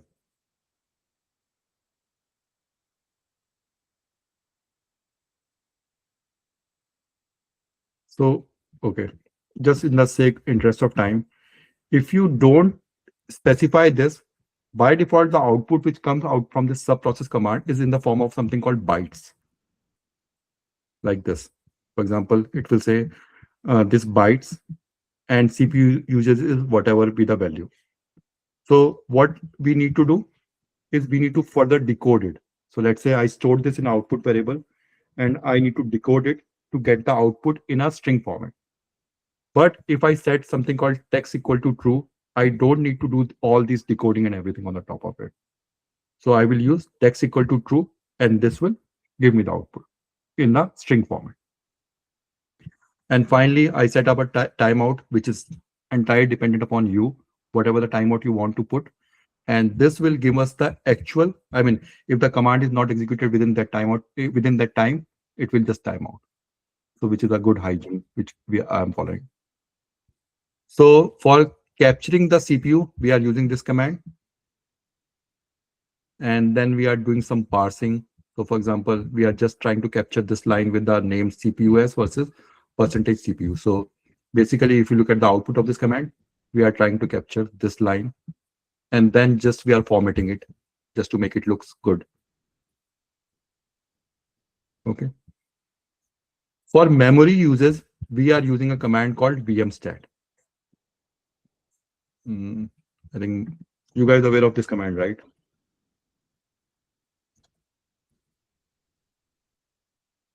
Yep. And what the value we are trying to capture is called something called swap in and swap out. So if your system is swapping, that means it is writing data to a disk. And in that case, we need to be worried. So the main idea behind it is to capture this swap in and swap out value. And if that is happening, we will say that our system is under pressure and it has some kind of a performance issue. So in top, we are trying to capture the CPU. Here, we are trying to capture the data in and data out. Oh, swap in and swap out, sorry, not data in. Now let's move to the next part, which is disk. And for disk purpose, we are using something called a IOStat command. Again, IOStat should be present. Oh. Okay, while this is, I installed this command prior to this, but just to tell you, IOStat is a command which reads something called a proc disk stat inside your proc partition, and it will give you like, for example, if your data storage is slow, then your process is waiting for the IO. So that will slow down your entire application. So there is a column called percentage. Let me quickly install this package and then I will show you. I even gave this recommendation also. So most of these packages, they come from something called a systat family. And systat is one where we have this IOStat, even the SAR, one of the big package which comes from the systat. So if I now run IOStat -x and 1.2, it gave me the output in the something called an extended format. And the main column, we need to look at something called a util or a utilization. So if it's 100%, that means our disk is completely saturated. And if disk is saturated, that means all the applications which are waiting for some kind of a data, that will be saturated. And your system is experiencing sluggishness or slowness. So that is the main use of this IOStat command. And finally, the most difficult part which we need to debug is something called a network. And the reason the networking part is difficult to debug, because for all these like CPU, IO, and memory, you have a complete control because it is within your system. But network is something when the packet leaves your system, it's pretty difficult to trace it out. So networking issues, they are difficult to debug because sometimes it's completely out of your control. You may need to coordinate with your network team. It may be on the router side, switch side. So for that purpose, the command which we are using, it's called IP-S, you can see, and called link. And here, for example, our interface name is ETH0. We are going to see what if there is some error in our interface. Is there in some kind of a drop packet or a missed packet? That's what the statistics we are trying to capture it from this command. So basically, we are building tools like we used to build earlier, but only difference is we are doing it with the help of something called agents. Any questions so far? What we are doing it and what are the commands we are executing?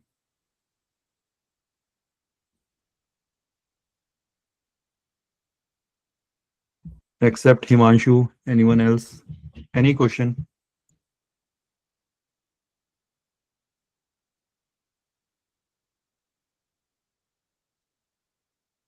Okay, so we have built the tools. Now the next part. Again, if you so far remember that I have spoken about something called a CAT framework, right, at the start. So let's start with agent, where we have defined all these things, where we are going to define.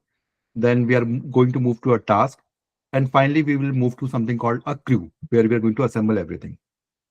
And in agent, if you still remember, I told you about something called a RGB framework, which is role, goal, and backstory. So first agent, we are going to define something called a monitoring agent. And what this monitoring agents, for example, we will tell them, this is a Linux system monitor, right? This is your role. Your goal is to collect comprehensive system performance for CPU, memory, IO, network, and all those details. Backstory is you are an expert on system administrator, and here we are going to specify the command it need to execute. And then we will say these are the tools you have access to. Again, remember, when we are specifying the agent, we are not actually executing it. We are just telling him to build all these, like we are building something, and then in the task stage, we are going to execute it. So here you can think we are building a framework. Task is actually going to execute this. And who is going to assemble this is crew. So first agent we have built is something called a monitoring agent, right? Once we build the monitoring agent, we have some kind of an analyzer agent, right? So we now have the output of everything. Now we need something which is going to analyze those output. So we will say that your role is Linux performance analyzer. Your goal is to analyze, collect Linux performance data to high CPU utilization, all those things. And you are a seasoned performance engineer, which is a backstory. There is one parameter called allowed delegation. So here, like we are not delegating like this control, like this agent control to the second agent. So that's why I said this allowed delegation is equal to false. If we are delegating this control to this particular agent, then we'll say allow delegation equal to true. But here in this case, we will say it's false. So now we have collect the data, right? We have executed the command. We have analyzed it. The final piece of the puzzle is that somebody is going to diagnose that and give us recommendation. And that is the work of this diagnoser agent. And that's what I told you initially, that it's a multi-agent framework, because we are building this multi-agent who is going to work together and giving us a recommendation. So here we said that your role is Linux root cause diagnoser. Your goal is to determine the cause of the Linux performance issue and recommended actionable solution. And finally, you are a highly experienced, I will give them backstory. So here we build only the agent part. Now the second part of the puzzle, which is the task. So here we are actually going to execute those commands. So here in the above task, we just build the agent. Again, we need to give them the description, what will be the expected output, and what agent it actually need to call, which is a monitor agent. So here it's actually going to call this agent and it's going to execute that command. So here it's going to execute this get CPU utilization, get memory uses, which we define as a part of our tool. If you remember that, this get CPU utilization. So we have one task for collection metrics. Then we have a separate task for analyzing it. And finally, the last part to diagnose it. Okay. Now, the final piece is having a crew. So what crew is going to do is going to combine everything. So it's going to, here we define all the agents we have described so far, all the tasks we have described so far, and if we want the output to be a verbose. That's it. And in order to start this crew, we need to use something called a kickoff. And this will kick off our crew. Okay. Any question before we start executing this command?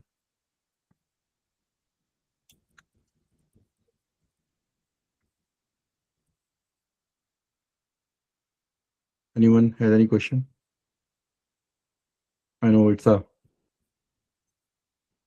all those who is looking at this crew output for the first time or this code is kind of overwhelming for them.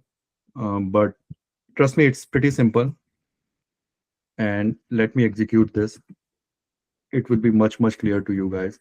Like if I execute this, whatever I've shown it to you, I just put together in the form of a script, and it's the exact script. So basically whatever we have discussed, like importing API keys, defining the tools, then we define the agent, monitoring agent, analyzer agent, the diagnoser agent, task, and then we have the crew which assemble everything, and then we have kick off the crew. Now let's kick off the crew. It will be much easier for you to analyze it. Oh man, I don't know why. Okay, let me do one thing.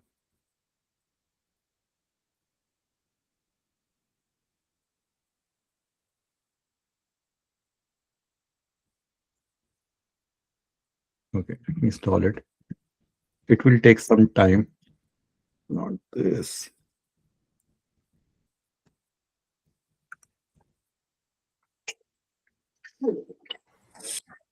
Okay, well, this is fun.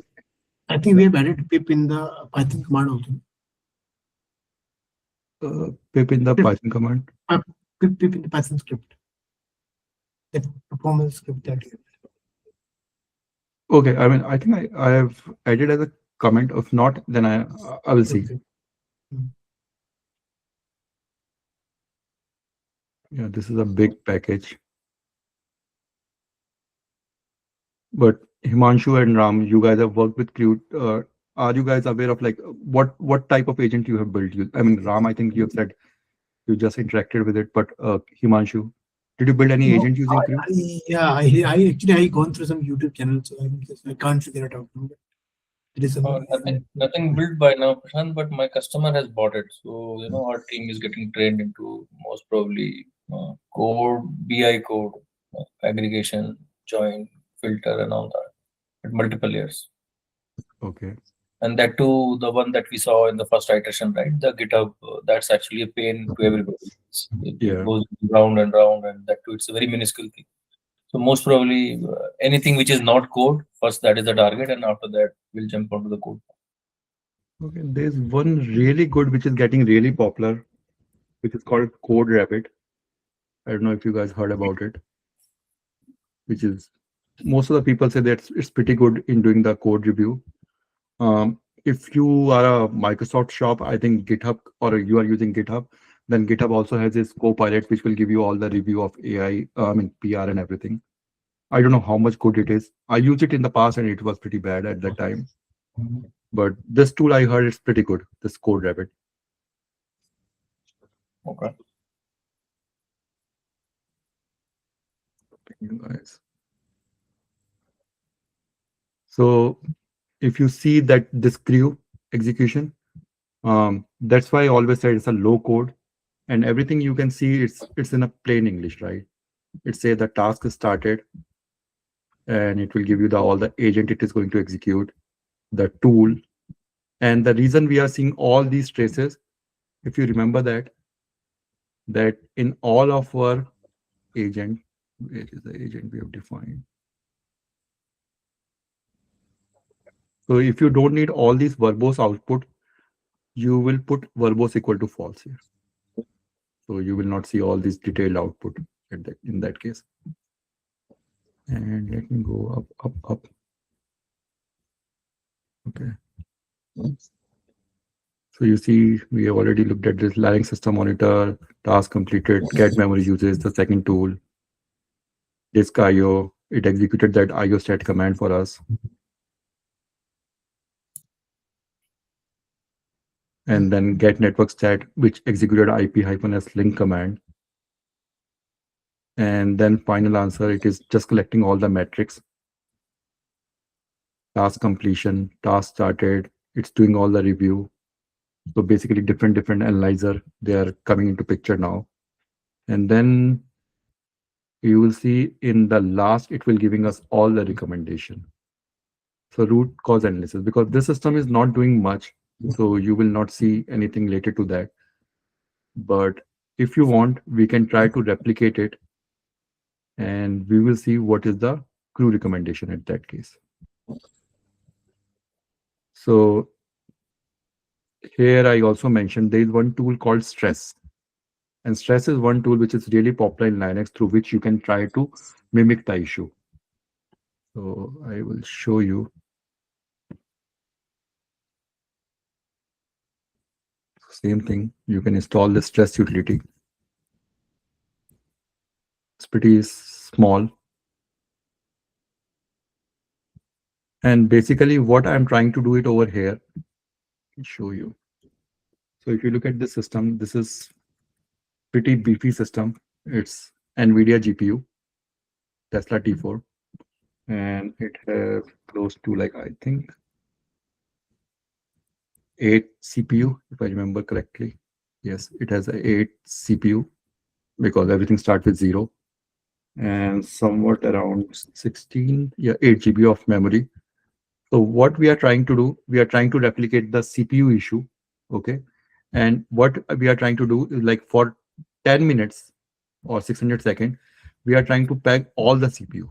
So basically this command means that for 60 seconds, all the CPU will be 100% utilized, all the 8 CPUs. So let's try to replicate that. And then we will see if our AI agent is giving us recommendation on the basis of that. So let's execute that command. Okay. Let's wait for a few minutes and we will see that stress. Yeah, so we will see multiple stress threads are forked now. We can use the W command to see the CPU load utilization, which is for 1 minute, 5 minutes, and 15 minutes. So right now it's 1, which is pretty low. But you will see as this stress command is executing in the backend, it is going to utilize our CPU more and more. So yeah, now it says 3.52. Now let's try to run our script again. And I have created one more script and let me execute it and then I will show you what is the difference between that two, this performance 2 versus the performance 1 which we have seen. So let this script run. So while this script is executing, I just want to tell you one thing, that the earlier script that we have wrote, if you remember that, the command which we have used to get the CPU utilization is top command, right? You remember that, this guy, top -b and 1. Okay. Here the problem is that I'm just looking at the generic CPU value. I'm not trying to capture a process which is causing the CPU. So in the second script that I have introduced, what I have done is that I'm trying to capture the actual process which is causing the high CPU utilization. So first one is just a generic one. If there's a high CPU utilization, it will help you out. But if your requirement is to pinpoint out, okay, this is the process which is causing the high CPU utilization, then this script will help you out. So that I added a new function called get top CPU process. And basically inside it, we are filtering it based on the particular CPU, particular process. And it will even give you the PID and the saying that, okay, this is the process which is causing the high stress, which is causing the high CPU load on your system. So let me show you.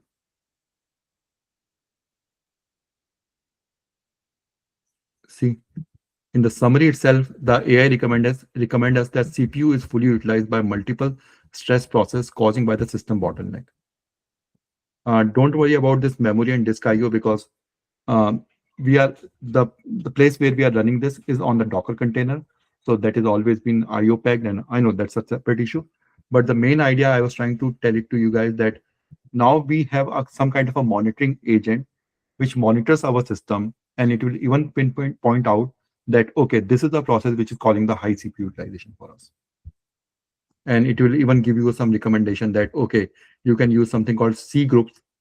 With the help of that, you can, I think any one of you who is aware of C groups allow us to like even limit the CPU and memory utilization up to the process level. Okay, so just something.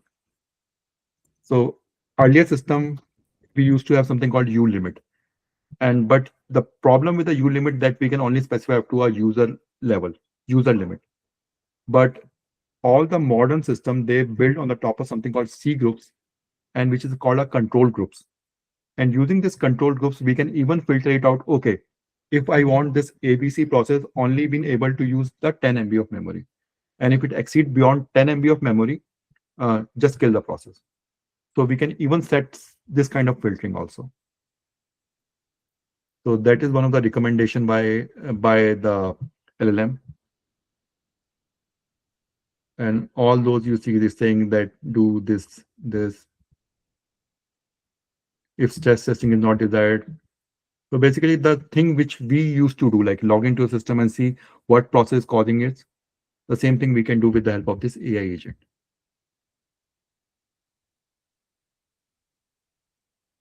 So CPU dilution extremely high, this, all those information. So at the end, it is going to give you the complete summary of findings.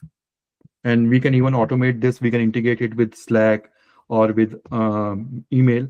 And once this has been done, it is going to send out an email to us.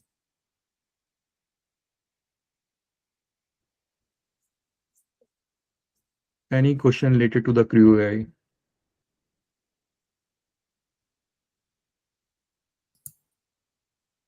So it can auto heal as well, Prashant?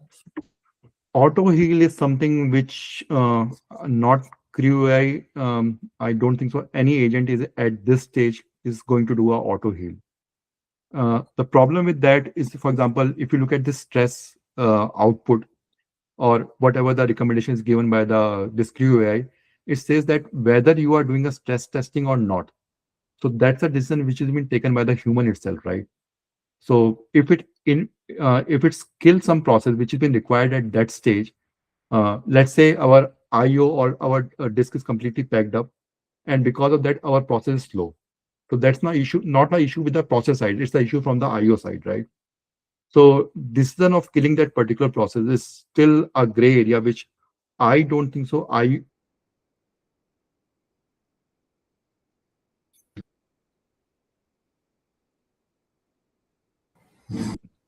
Like, Comment. Shant's is hanging. Is it for me or? Yeah, for me as well. Okay.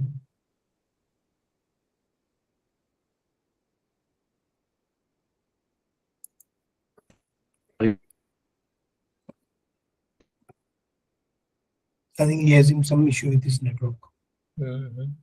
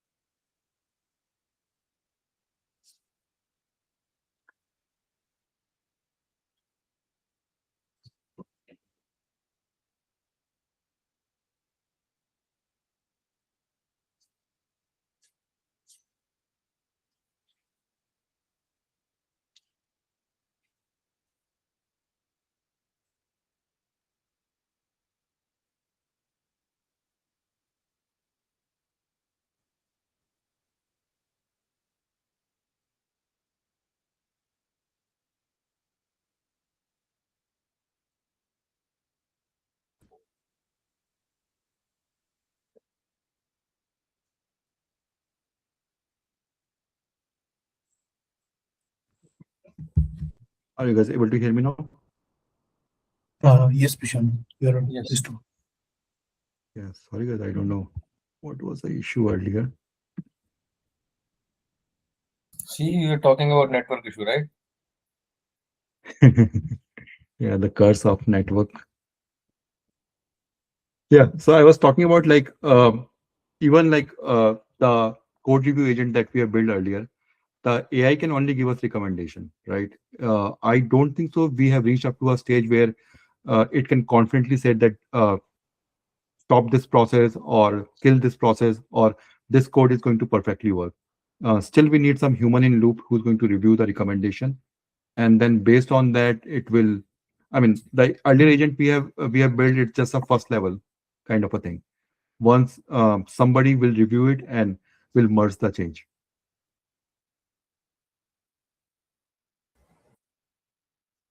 Any other question? Hey, Himanshu. We Prashant, created agents. Oh, yes, Prashant, go ahead. No, please continue. I will We go next. created multiple pockets of work, Prashant, right? So in any of those, did we use LM? Did CrewAI itself did the magic, or did it call internally anywhere? Maybe I would have missed that code part. So you see, we have, okay, you might probably have missed it. We have exported this OpenAI keys. Okay. And through it, it knows that it need to call the LLM. So CrewAI is taking doing an intelligent part of identifying the work, calling the work, but the main context is still coming from that LM part. I mean, for each and every AI case, LLM is the brain, right? If you have looked at again in the same example that it's OpenAI which gave us all the recommendation. We are just, I mean, n8n, we are just going to do the formatting and everything. Okay. Yeah, I think my question is also same. Like, so exactly, I didn't understand the thing like the multi-agent thing again here. So like if you ask me, na Prashant, so it is like something like that. We are like if you call me, I'm like lame Linux engineer. So he has created multiple script, like multiple command it triggered to capture CPU memory and everything, and we're just passing it to the LLM, correct? So I think what is the cruise like additionally has that is I yet to like. Okay, so I mean, look at this. The way we have specified it, it's we just specified in a plain English, right? But Prashant, like if I have created a shell script, I put it like do IO state, and then I can write it and like input extra input or like in the equi all these things, and I can send it to also to the LLMs, correct? Just like we are doing it now, just like in our environment we are using Copilot or GitLab AI. So so we can do it like that also. So how the CrewAI is different here? Yeah, I mean, to be honest, it's not that much different, but basically the idea is we have one centralized place where we are keeping everything, and these AIs, they are working in tandem, right? All these agents. So you have one script, right, which is just going to execute those commands. Then you can create one more script which is just going to do the parsing and everything, like whatever the response you got. Then you need one more intelligence on the top of it, which is going to review that and giving a recommendation. Here you have a one centralized place where you are putting, and like I told you, like if I need to find out what is the process which is causing the high CPU utilization, I just need to add one more tool. So ultimately, at the end of the hood, it's doing something called automation. Like we are still writing those scripts, but under the hood, it's also using something called thought action observation plan. And that is the reason you are getting a better response. Like if the same thing I'm just going to call to the LLM, maybe we are not going to get a good response out of it. But using CrewAI and all the massaging it's doing on the backend, we are getting a much better response out from the LLM.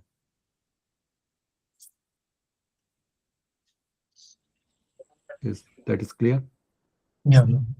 And coming to like, I am also a DevOps engineer and started from the Linux infrastructure and background. So I am also looking for some use cases of like how we can make our environment better, like Kubernetes, how we can monitor our pod. And so is there any way like in our pipeline we can build something like that we whenever it monitor our health or like I'm looking for.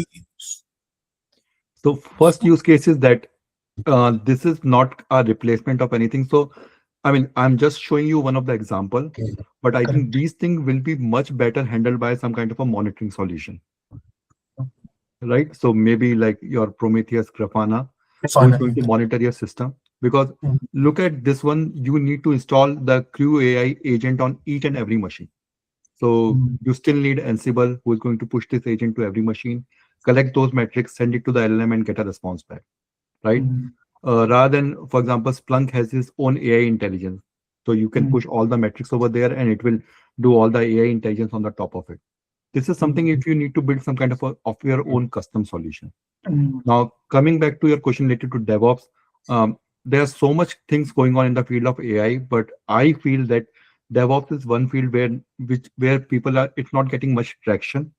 A lot of things which are happening, but they are happening inside the company where people they are building their own workflow. But as a whole, I mean, at the open source level, I was one of the contributor of the project called K8s GPT,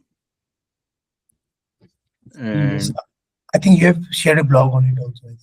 yeah, So that. and I spent some time on that, but later on this project completely loses traction. So basically, what we are doing it earlier that um, you are aware of Kubernetes, so there's something called CRD, right? Correct. So custom resource definition, we created our own custom resource definition inside the Kubernetes cluster. And if there's any pod which is going down, we Mm. are formatting all the error out of it, and we are sending that response to the LLM. And then we are getting a Okay. response back from those LLM. Mm. This project was doing good earlier, but later on it's completely lose its direction. So I stopped contributing to it. That is a So good use case. yeah, so you can look at this one too. It's a good starting point. But for AI, I haven't, I mean, for DevOps specifically, I haven't seen many things which are going on.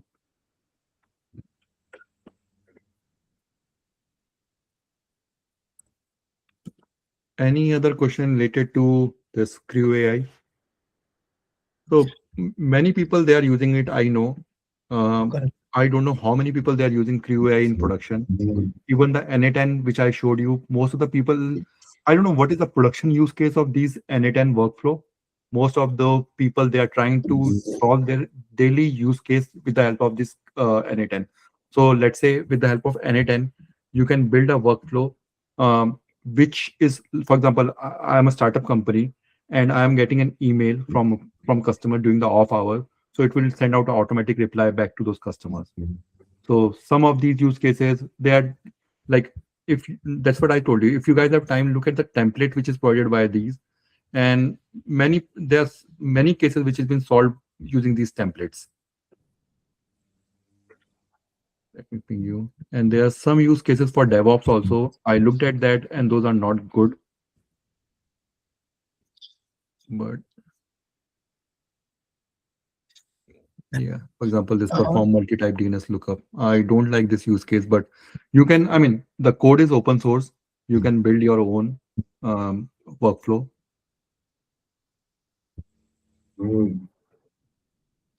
And this n8n, like this is first time to my mind. Like I'm looking to it. I think this is something like MCP only, correct? No, Like no, no. use case. MCP is completely different. This is just providing you the workflow to build. Okay. MCP is completely different. MCP is a standardization that I have explained to you earlier. Yeah.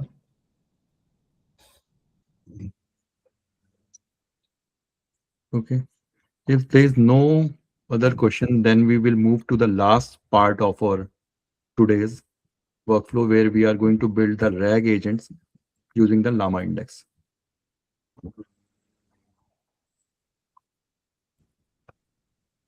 Again, before going to build this AI agent, any one of you aware of this, what is RAG is and what is Llama, or you heard about LlamaIndex? Yeah, I know about RAG, but not LlamaIndex. Anyone else? Okay. So I think I started with this question like, what, where is that chat GPT question? Still have that. Yep, this question, right? When was ChatGPT released by OpenAI and what was its training cutoff date? So I told you many people got frustrated with this and they started. Uh, I mean, that is one of the major pain point, and that's why the AI agent comes into existence. But now, when the ChatGPT start getting popular, people wants LLM to answer question related to their own company document. Like this ChatGPT or any other model, they are trained with a vast amount of internet data, right?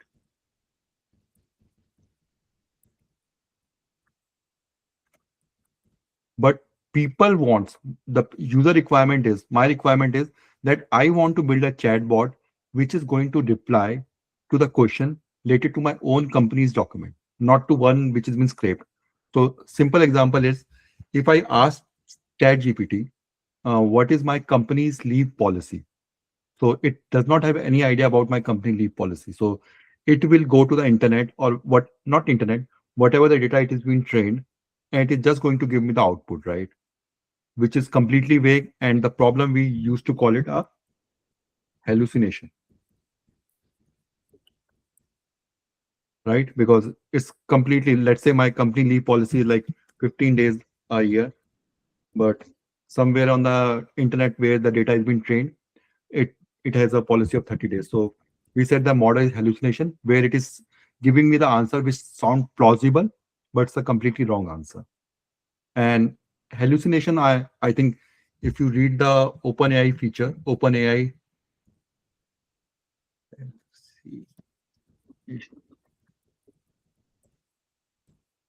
again, if you guys get a chance, please read this paper. It's pretty good.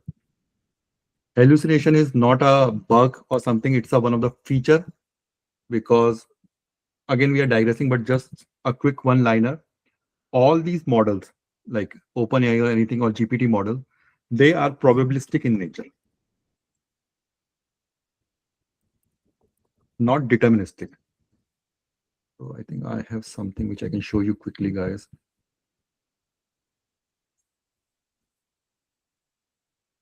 Make it small.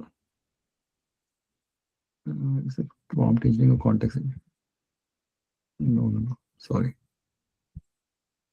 Just want to show you guys something really quickly. Yeah, this is how your large language model works. Like when you ask this question, what is the capital of India? It goes to the various stage. We are not going to spend time on that. One is called tokenization, something called embedding. Then all the magic happen inside transformer, right? And then it has something called a probabilistic distribution, which is we call a logistic.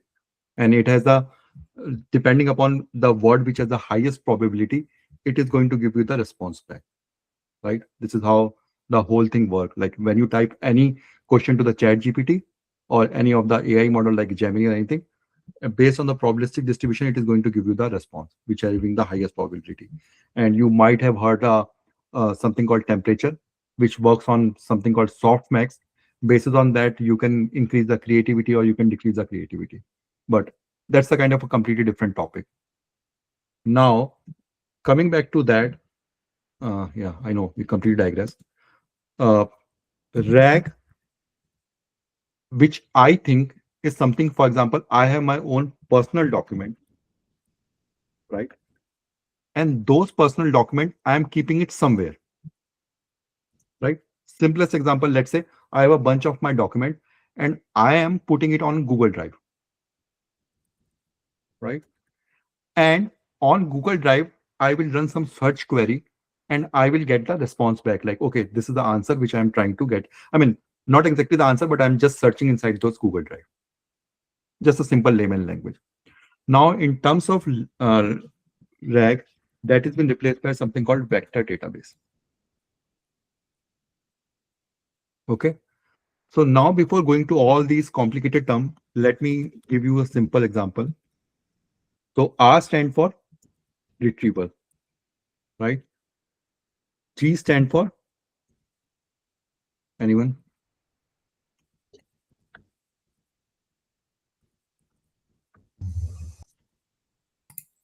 Generation. Generation, sorry. Yeah. Yeah. So retrieval means we have some document in some place, which is a vector database, and we are retrieving those documents, right? Generation means once we retrieve those documents, we are getting a response out of it. But the confusing part is augmented. Now, before we go to that, let's understand the meaning of this augmented. Augmented means making something greater by adding to it or increase. Right? So now what exactly we are doing in case of LLMs, in case of RAG, let me show you.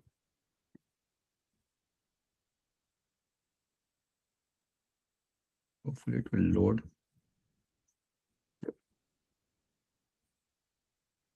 Not this. Yes, this one. So this is how our workflow look like. You ask a question, which is a user input, and in other language, we call it also the prompt. We are supplying a prompt to the large language model, which means whatever we are typing it over here in the chat GPT, that is a prompt that has been going to the large language models, which is in this case is GPT, and we are getting a response back, right? And one most important thing I want to tell you that in case of GPT or any other model, it is generating one word at a time. From the we have seen in the probabilistic distribution, it has a large set of words, right? So it is generating one word at a time. It's just a streaming response which comes back to us, and we are seeing all the complete response. But under the hood, the main idea behind RAG, behind these GPT models, is generating a one word at a time. There is something else which is called BERT, which works on completely different thing, which is going to mask the word, and it is going to predict the next word. And because we are on that topic, I will tell you one more thing. That's Twitter algo, right? But not Twitter algo. I mean, all these search engines and everything, they work they are using this BERT and everything under the hood. So okay, because you raised this topic, just going to give you a quick one-liner. So the reason we all are here, we are discussing about AI, is because of this paper, right? Yes. Yep. Attention is all you need. And that lead to rise of something called a transformer. Okay. Transformer, one of the biggest problem with the earlier models, for example, the NLP models, is that I can give you a simple example. Let's say I gave a 10-page book to my NLP model, right? So the way this NLP works, and it all depends upon their chunking strategy, embedding technology. Let's say it is reading one page, then it's read one second page, and all the way up to the 10th page. The problem with the earlier model prior to this transformer model, the moment it reached to a 10th page, it forget what it has been read in the first page. Right? Like we as a human being, I read any book page by page, right? So I may not remember what is happened in the first page, but I have some context around it, right? I may know some of the starting point, ending point, or some of the context around it. Maybe not the complete picture. But the earlier models, right?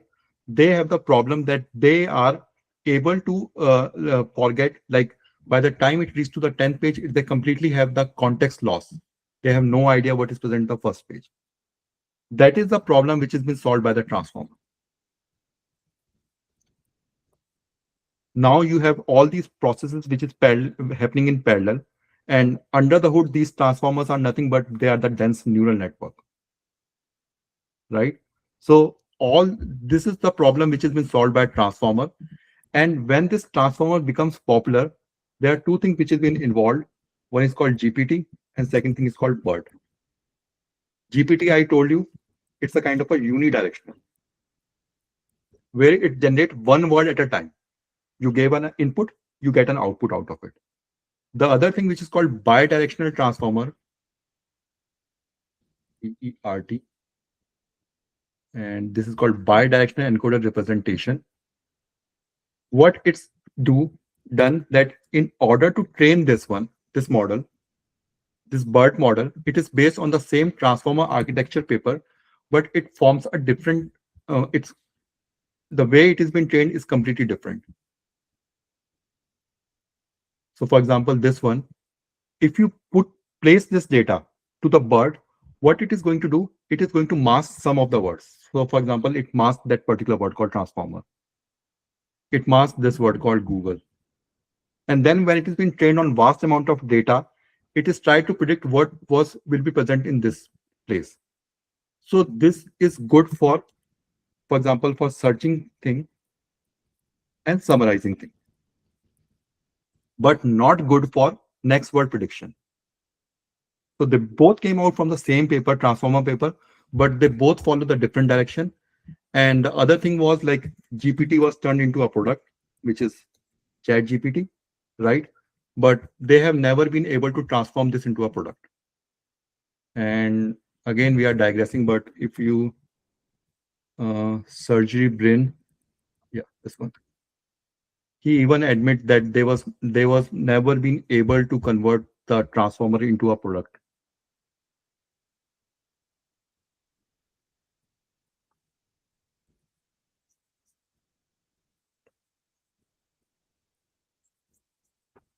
And one last thing I want to show you, I know we are digressing heavily, but if I type this something,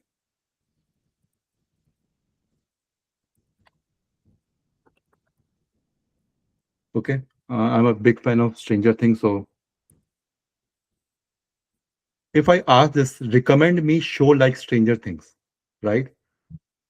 The earlier, you will be surprised to know that prior to 2010, from 19, I think 70, 80s to all the way up to 1990 to 2010, all of our search is something called a keyword-based search. But after the introduction of this BERT and transformer architecture, they converted into something called a semantic-based search.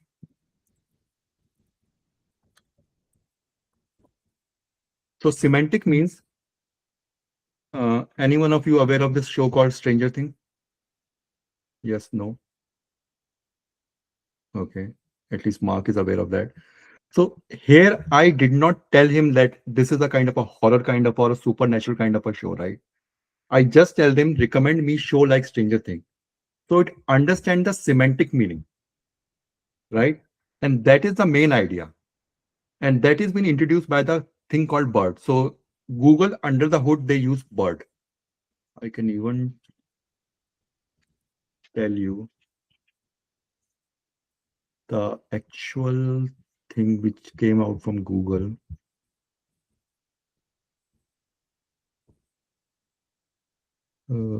Just 1 second. Is that? Okay, maybe I missed it somewhere. But Google itself mentioned that they are using BERT for their search now. And that is doing something called semantic search. That's one thing. Yes. And starting from 2019, this one. BERT is a major Google update. These improvements, this. If you guys have time, just read this paper. But basically, the search which is coming to you guys, I don't know how many of you guys using Google now, but internally it is using BERT-based model to do all this semantic search and giving you the recommendation based on search rather than keyword-based search. In keyword-based search, again, it is just looking for the literal meaning. So if I ask him this question, it will not recommend me shows like Stranger Things. Like it does not have any idea, like it's based on like 1980 kind of a retro kind of a US at that point of time, or based on friendship and all those things. It just do the keyword search and give me Stranger Thing. But now it's understand the semantic meaning. Yeah, we completely digress. So the coming back to the RAG, this is the naive LLM interaction, right? We ask user the input, user asks the input to the LLM and give the final response. That's it. Now, in case of RAG, like I told you, we have one place where we kept all the document, which is our company internal document. Now, rather than asking large language model directly, now we first going to ask this particular place, right? which is our RAG, which is a vector database. If it has been meshed, that has been augmented, that has been added. And now with this user input plus this augmented document, we are going to ask large language model and we will get our final response back. That is the whole idea or just about the RAG. Is that part is clear? Or you guys have any question regarding this?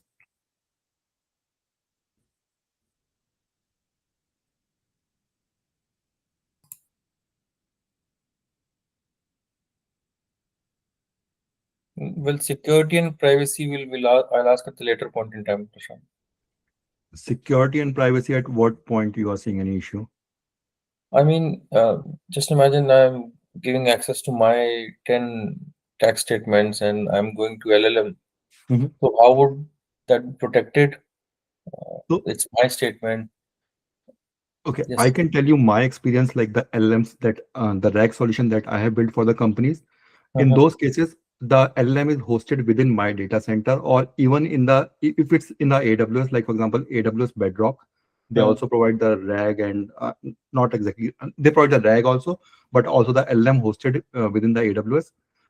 That is within my own AWS account, not publicly hosted LLMs. So as long as the hosting or setup of LLM is done within my server or ecosystem, it's safe. It Yes, will remain within the organization. I mean, yes, that's what I can say. I mean, I work for some of the really confidential Okay. clients, and they have their own setup running in their own data center, or if it's in AWS, it is within their own account. Thank you. That helps. Okay, so just one quick tidbits of things like how the RAG works. So basically, you have a lot of documents, right? First thing you are going to do is you are going to break into something called as chunks, right? So if I have this big document, for example, let's say this is my document, I can do a chunking. So let's say I can do a chunking based on this character, like one line chunk here. This second line will be my next chunk. And I can do these kind of a chunking. Anyone know what is the use of chunking and why we are doing chunking?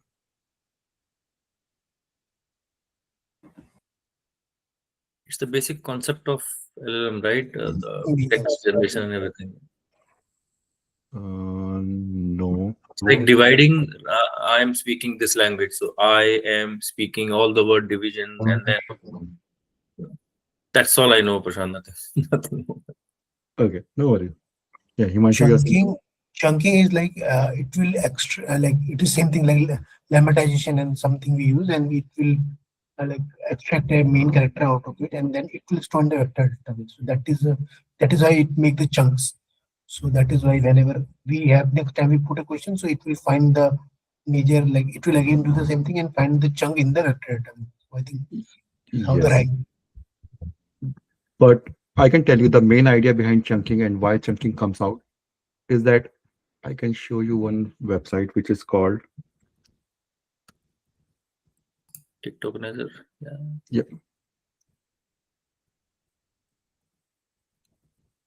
this one. So, for example, I can take this line. Let's say this line.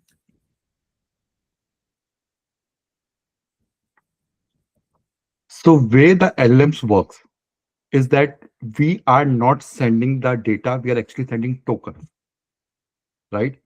And for each of these tokens, which we are sending it to the LLM, we have just seen, I think, few hours back, OpenAI pricing. So for example, GPT 5.2, 1 million token, it is going to cost me $1.75. So every token I am sending it to the LLM, it is going to cost me, right? Now, again, I can give you the example of, sorry, you guys are with me, so you need to stick with the stranger things. So let's say I need to chunk this paragraph. Okay. And again, I said that I am going to chunk it Either I can chunk it based on, like, let's say I am chunking based on paragraph. So this is one big chunk for me, which I'm going to pass it to the LLM. And that thing is called, in the rough language, called context window. Okay. And if you guys remember, like when GPT 3.5, when it was first released, it has a context window of 4K. I think we have spoke about it. And now the context window is getting bigger and bigger, right? So earlier, the whole idea of a chunking, which was started because LLM has a limited context window, and context window is not only the combination of this input text, but it is also the combination of other factor also, like input text, whatever the output is going to generate, that is going to take a part on the context window. Whatever the memory which has been referenced at this state, that will be a part of a context window. So earlier we used to have a limited context window, and we need to put all these data into it. And again, the context window in simple languages, this is the amount of a data which your LLM is going to read before it is going to generate the next token for you. That's the simple idea about context window. So because earlier we used to have a limited context window, we used to break it into chunks, and that chunk we will send it to the LLM. First part. Second part is, let's say if I break this, rather than sending it to this complete paragraph to my LLM, let's say I break it into these chunks, right? And if I ask this question to this, let's say I'm building it a RAG or LLM, anything. If I ask, when was the Stranger Thing was first released? So let's look at both of these ways. Let's say I'm sending this whole paragraph as a chunk. So when I'm sending this whole paragraph as a chunk, it is going to cost me like 126 token. I need this OpenAI is going to bill me based on 126 token. Now let's say I'm breaking it into the line by line. So this is my first chunk. This is my second chunk. Now see, the answer of this question is that the first season was released on Netflix 2016. So if I'm asking this question, when was the first season of Stranger Things was released? So it was released on 15th July 2026. Now let's remove all these things. And you see, now I'm sending only 31 token. So if you remember, it's 126 versus 31 token, 31 token. It's a huge difference. So that is the difference which is going to, chunking is going to make. First is context window, which is, I think, with the increase in the size of context window, like I said, Gemini has a 2 million context window size now. So breaking it into does not make sense. But if we want to save a cost, and we will see how this exactly going to work when we are going to store it in a vector database, like what the particular chunk is going to be retrieved. So now we are just asking it from the 31 chunks or token. And that is a big difference. Like we are only going to pay OpenAI for based on this 29 token, sorry. So Himanshu, you have any question? I didn't understand, like we have removed the but we are giving the less data also. That is the one thing. Yes. So obviously, like I want to understand that if we are giving less data, so obviously that whatever I will retrieve data I will get is less. It's not that less data, but just wait for 1 minute and I will show you like how the embedding works after this. Yeah, sure. So this part is clear to everyone. Like we break it into chunks, right? And again, just to repeat, one is for context window limitation. Earlier we had it with the model. And the second thing is because we want to save our cost, the tokens we are sending it to the OpenAI. Once we break into chunks, there's something called embeddings. So embedding, you will, if you are going to read all this text which is available on internet, they make it really complicated. But the main idea behind the embedding is something called characteristics. Okay. Again, one last time, if I talk about Stranger Things, and many of you guys who is not aware of Stranger Things, and this might be the first time you are hearing about this Stranger Things, right? If I show you this picture, you may get some intuition that, okay, this may be a horror show, right? Looking at this picture again, you may be able to see that, okay, here, that it is available on Netflix, right? It has a IMDb rating of 8.6 or Rotten Tomato this. Based on this picture, you may be able to see that these guys may be the main character of this show. So now you have some intuition, right? So same thing applies to embedding also. Embedding means characteristic. The more I'm going to explain anything to you. So for example, if I'm explaining about dog has fur, right? Dog has 4 legs, he barks. Same thing I can explain about the cat, right? Cat belongs to an animal family. So how it is going to work, let me show you. I think I have created one collab for that. Yeah, this one. Yep, this 3D plot. So if you look at this, all the animals, they are the part of one embedding vector space. So how it is going to help, like when I'm going to ask any question related to cat or dog, my vector, this, I mean, ultimately, all these embedding, we are going to save in something called a vector database. And we will see why we are storing it. But build an intuition that if we are talking about the animals, it knows that this particular place in a vector database where we have everything related to animal. If we are talking about food, this is a, like, I just built it on the 3D space because it's easier to visualize. But if you look at the embedding space created by these guys, DeepSeek or OpenAI, they work on 8K dimensions. So similar thing, like for example, Stranger Thing, if I gave you more information about the Stranger Thing, you will have a better idea about that Stranger Thing, what exactly is that series is all about. Same thing applied to any of these embedding. The more I define in more dimension, the more the model has a more idea about it. And it will easier for model to predict it out what will be the next word. So if I say cat and dog, they said that it belongs to the same family and they may belongs to the belongs to a similar vector space. So when we are going to like chunk it and we are going to send these things, they will be on the same vector space because they have a similar characteristics. And the similar characteristics come from the dimension. The more the dimension, the more the characteristic was there, and the more it will be easy to present in the vector space. Is that part is clear?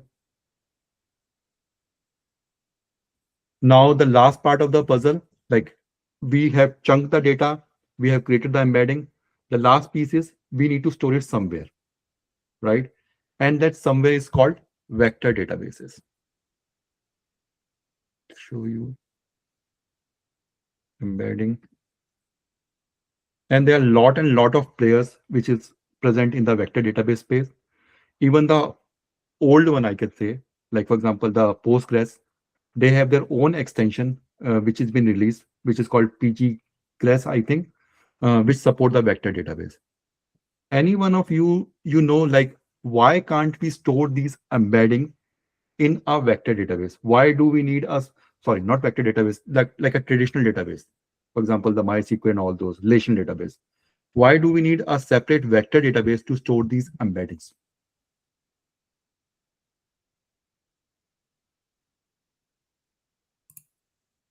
Data frame or no?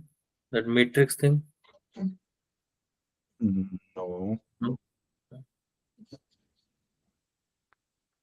I know this is one of the most popular interview question where it has been asked, like, why do we need this vector database versus why can't we store these on traditional database? So if you look at these traditional databases, for example, the MySQL or Oracle, anything, you remember we used to run these queries like select star from whatever database where it will be like, for example, machine learning, right? The same thing I told you earlier. This is something called, and it will give you all the information wherever in the table it will find out the machine learning, right? This is something called a keyword-based search. Like I told you that earlier, all these powerful, like for example, Google earlier, they used to do something called keyword-based search, where they just look at the keyword. Whereas all these new vector database, vector databases, they are designed for something called semantic search. Guessing X, Y, exactly. So we don't need the exact word meaning. We need something which is related to that. Similar example like Stranger Thing. Can you show me shows similar to Stranger Thing? I am not asking about Stranger Thing. I'm asking shows which having a similar feature, like dark humor or something which is set up on 1980s scale, or something which shows about friendship and all those things. So these things, which is vector database, they are being set up for doing these kind of a semantic search. And that's why we need this vector database to store all these embeddings.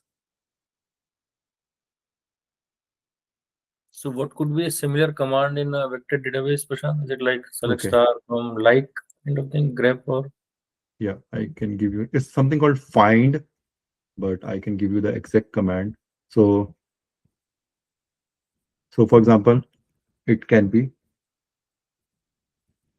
internally, it uses something this: find 5 most similar vector to query embedding this.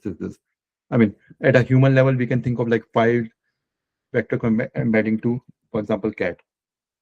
So it will find it out the whatever will be the matching in that space. And it will again do that probabilistic distribution, right? If you understand, I don't want to go into depth. It internally use something called n8n. You guys heard a bit about this algorithm? Well, N is neural network, but what is A? No, approximate nearest neighbor. Oh, I know about KNN. This is something different. And internally it's use something called cosine similarity. So if two words, how it's going to correlate that these two are similar. So they're going to calculate something called a cosine angle. If it's -1, then they will say it's completely different word. So for example, if I say cat versus car, these are completely two different characteristics. Like cat don't have any characteristics similar to car. Car does not have any characteristics similar to cat. So they are on completely different angles. So they will be on completely different space, right? Like I showed you here. So for example, this breezy versus this grape, they are completely two different words. So they're completely different space, different angle. But similar to that, if it's 1, that means they are identical and they will be on the same space. So internally, all these vector database, they use this kind of algorithm. ANN use something called indexing. So it is similar to how the traditional database work. Like, for example, if you need to do the select query, obviously it is not going to search all the tables, right? It built an index, right? And it know in which index this particular queries exist. So for example, it know that, okay, in this vector space, we have all the animals. So it will not look at all the other vector space. It already built the index around it, and it will only look at that particular index to give you back the information. I know this is something deep or internal. Even I am not familiar with all these vector database. I mostly use Chroma for initial setup, and there's something called Quadrant. I really love this database. It works perfectly fine for me for all of my use cases. I use AWS has provided something called, I forget the name of that. Where is that? OpenSearch. Right. Please be careful when you are going to use this OpenSearch. I tried to spin it up on the AWS Bedrock. I forget to shut down just for 3 days, and my bill is close to like $900. So it's really, really expensive service in AWS. And it uses Elasticsearch in the backend. And Elasticsearch, now they have some licensing agreement and all those issues. So this is the forked open source version of the Elasticsearch, which is called OpenSearch. Okay. So yeah, I know we have digressed a lot, but the main idea I am trying to tell you that, okay, we have chunked the document, we have created the embedding, and now we have some space where we are going to, query those embeddings.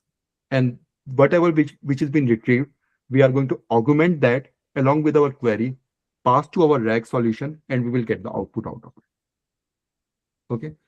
Now quickly, let's look at, I know we only have 8 minutes left, but I will share all this code with you guys if we are not able to finish it.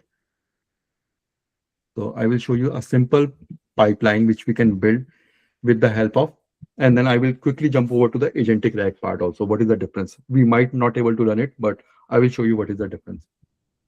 So LlamaIndex is one library which is built specifically for RAG.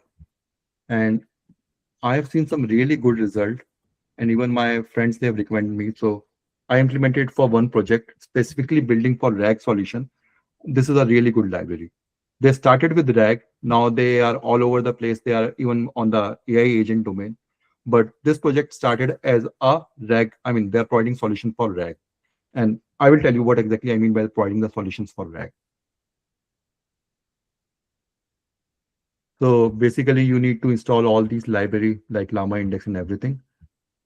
Now import bunch of these, obviously. Now this is where it is going to make sense because they already have all the wrappers which they have built. So it is going to take care of all the heavy lifting. So for example, let's say I'm building this RAG solution for my company document. And first thing, before I'm going to do all this chunking and everything, we need to load that document, right? So they provide a simple wrapper called Simple Directory Reader through which you can just read the document. Okay, I know in LangChain also they have provided all these stuff, but in this there's one place where you have everything. Now we have just read the document, right?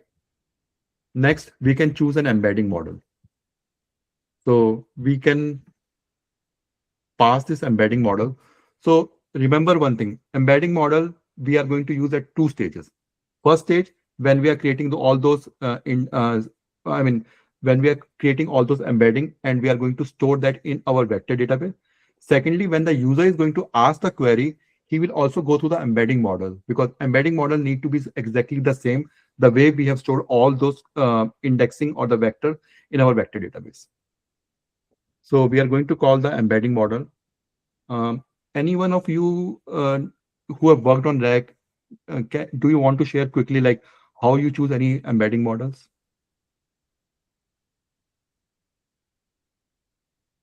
Have you used any of the embedding models? Okay, just in the interest of time, I will show you. I usually go to something called Hugging Face, this MTEB leaderboard. I will share it with you guys. This is one of my go-to place where I looked at what is the model which is doing really well. You always don't need to select the one which is at the top because that may not going to work for you, your use case. For example, 3840 embedding dimension, like I showed you the characteristic. And every increase in dimension, it is going to cost you more memory. So please be careful. So you can start with something really small like 1024. Even I use like 384 dimension for my small project and it worked pretty well. But just want to give you a pointer that this is one space where you can go and you can look that whatever be the embedding model which is doing really great. Similar thing, if you are looking for all the open source large language models, you can go to this again huggingface.co and looking for all the models which are trending right now. This Moonshot AI from Kimi, NVIDIA, all these, they are trending right now. Similarly, you can do the data sets. You can do the spaces. So if you have not explored spaces, spaces is one of the good place. So for example, I built some application and I want some place where I can host that application, the generative AI application. Space is one of the really good place where you can host your Gen AI application. So coming back to our main thing, then we can configure our large language model, right? So we need two things. One is the embedding model. The second is the large language model. And large language model again is the brain, where we are passing both the augmented text which we are embedding, which we got out from our vector database, plus whatever the query which has been asked by the user. And you see, it's this. These guys make it pretty simple how we can call it. And finally, we set some of these. What will be our chunk size? We can define it over here. There I showed you that I told you that you don't need a vector database to store your these embedding. You can even store it in your memory. But the issue with that, as soon as your system will be restarted, this will be wiped out. So you need some kind of a Chroma database or Pinecone or Quadrant to store these indexes. But just for example, I showed you here. And finally, you build something called a query engine where you can just ask the query. So LlamaIndex is a wrapper or abstraction which take care of all these heavy lifting. You just need to call their method, and it will take care of everything under the hood. So for example, just to build an index, you can call this vector store index, pass your document which was loaded earlier, and that too by this LlamaIndex method, and it will build the index for you. It is as simple as that. Okay. Now we have 2 minutes left, but I just want to show you one last thing before we wrap up. I know it's a long day. There's something called agentic RAG. So far, if you remember that RAG is something which is, we ask a question and we are getting a response back. And earlier I told you the main reason why the agents become popular because of the introduction of something called tools, right? So what will be the case if I ask my this RAG or my vector database a question related to my internal document, but at the same time I have some method through which I can call some external tool.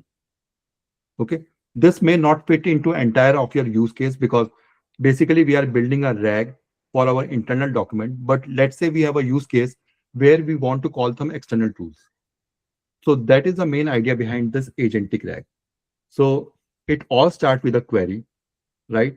And it says that, do I need more details? Then if it need more details, then it will look at the tools, which is a query engine, search, or whatever with the tools we have provided. But if it's not, then we can start prompt. We can send prompt directly to the LLM.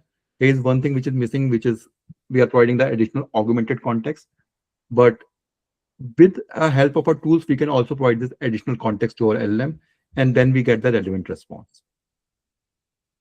Okay, and we will get the response back. The main idea behind that is something called, they have introduced something called a router query engine. So what router query engine will do is depending upon your requirement. So for example, if that question will be answered by your RAG solution, it will route the request to the RAG. But if that question need to go to the outside world and need to get the answer, it will route it to that particular endpoint or particular tool. So that is something they have added on the top of it. Okay, I mean, we can say that why can't we directly going to the LLM and getting a response back? But this is the additional logic they have added, and that is where they are seeing a lot of good response out of it. That rather than blindly sending out a query to the external world, depending upon the type of a request, it is routing the query either to your inside vector engine or it is sending out to the external tool to get the response back. Okay, I know it's 1:01. We are over time, and I think for few folks it's really late. But I will share all this code with you guys, and I will share the recording with you guys also. But I mean, thank you so much. I know it's a long day, and even if you have any questions after this webinar, just feel free to ping me on LinkedIn. I will be more than happy to answer your question. But thank you so much, guys, for sticking around. But still, if you have any question, you can feel free to ask it over here. Thank you, Prashant. That was really, really helpful. I see that you have some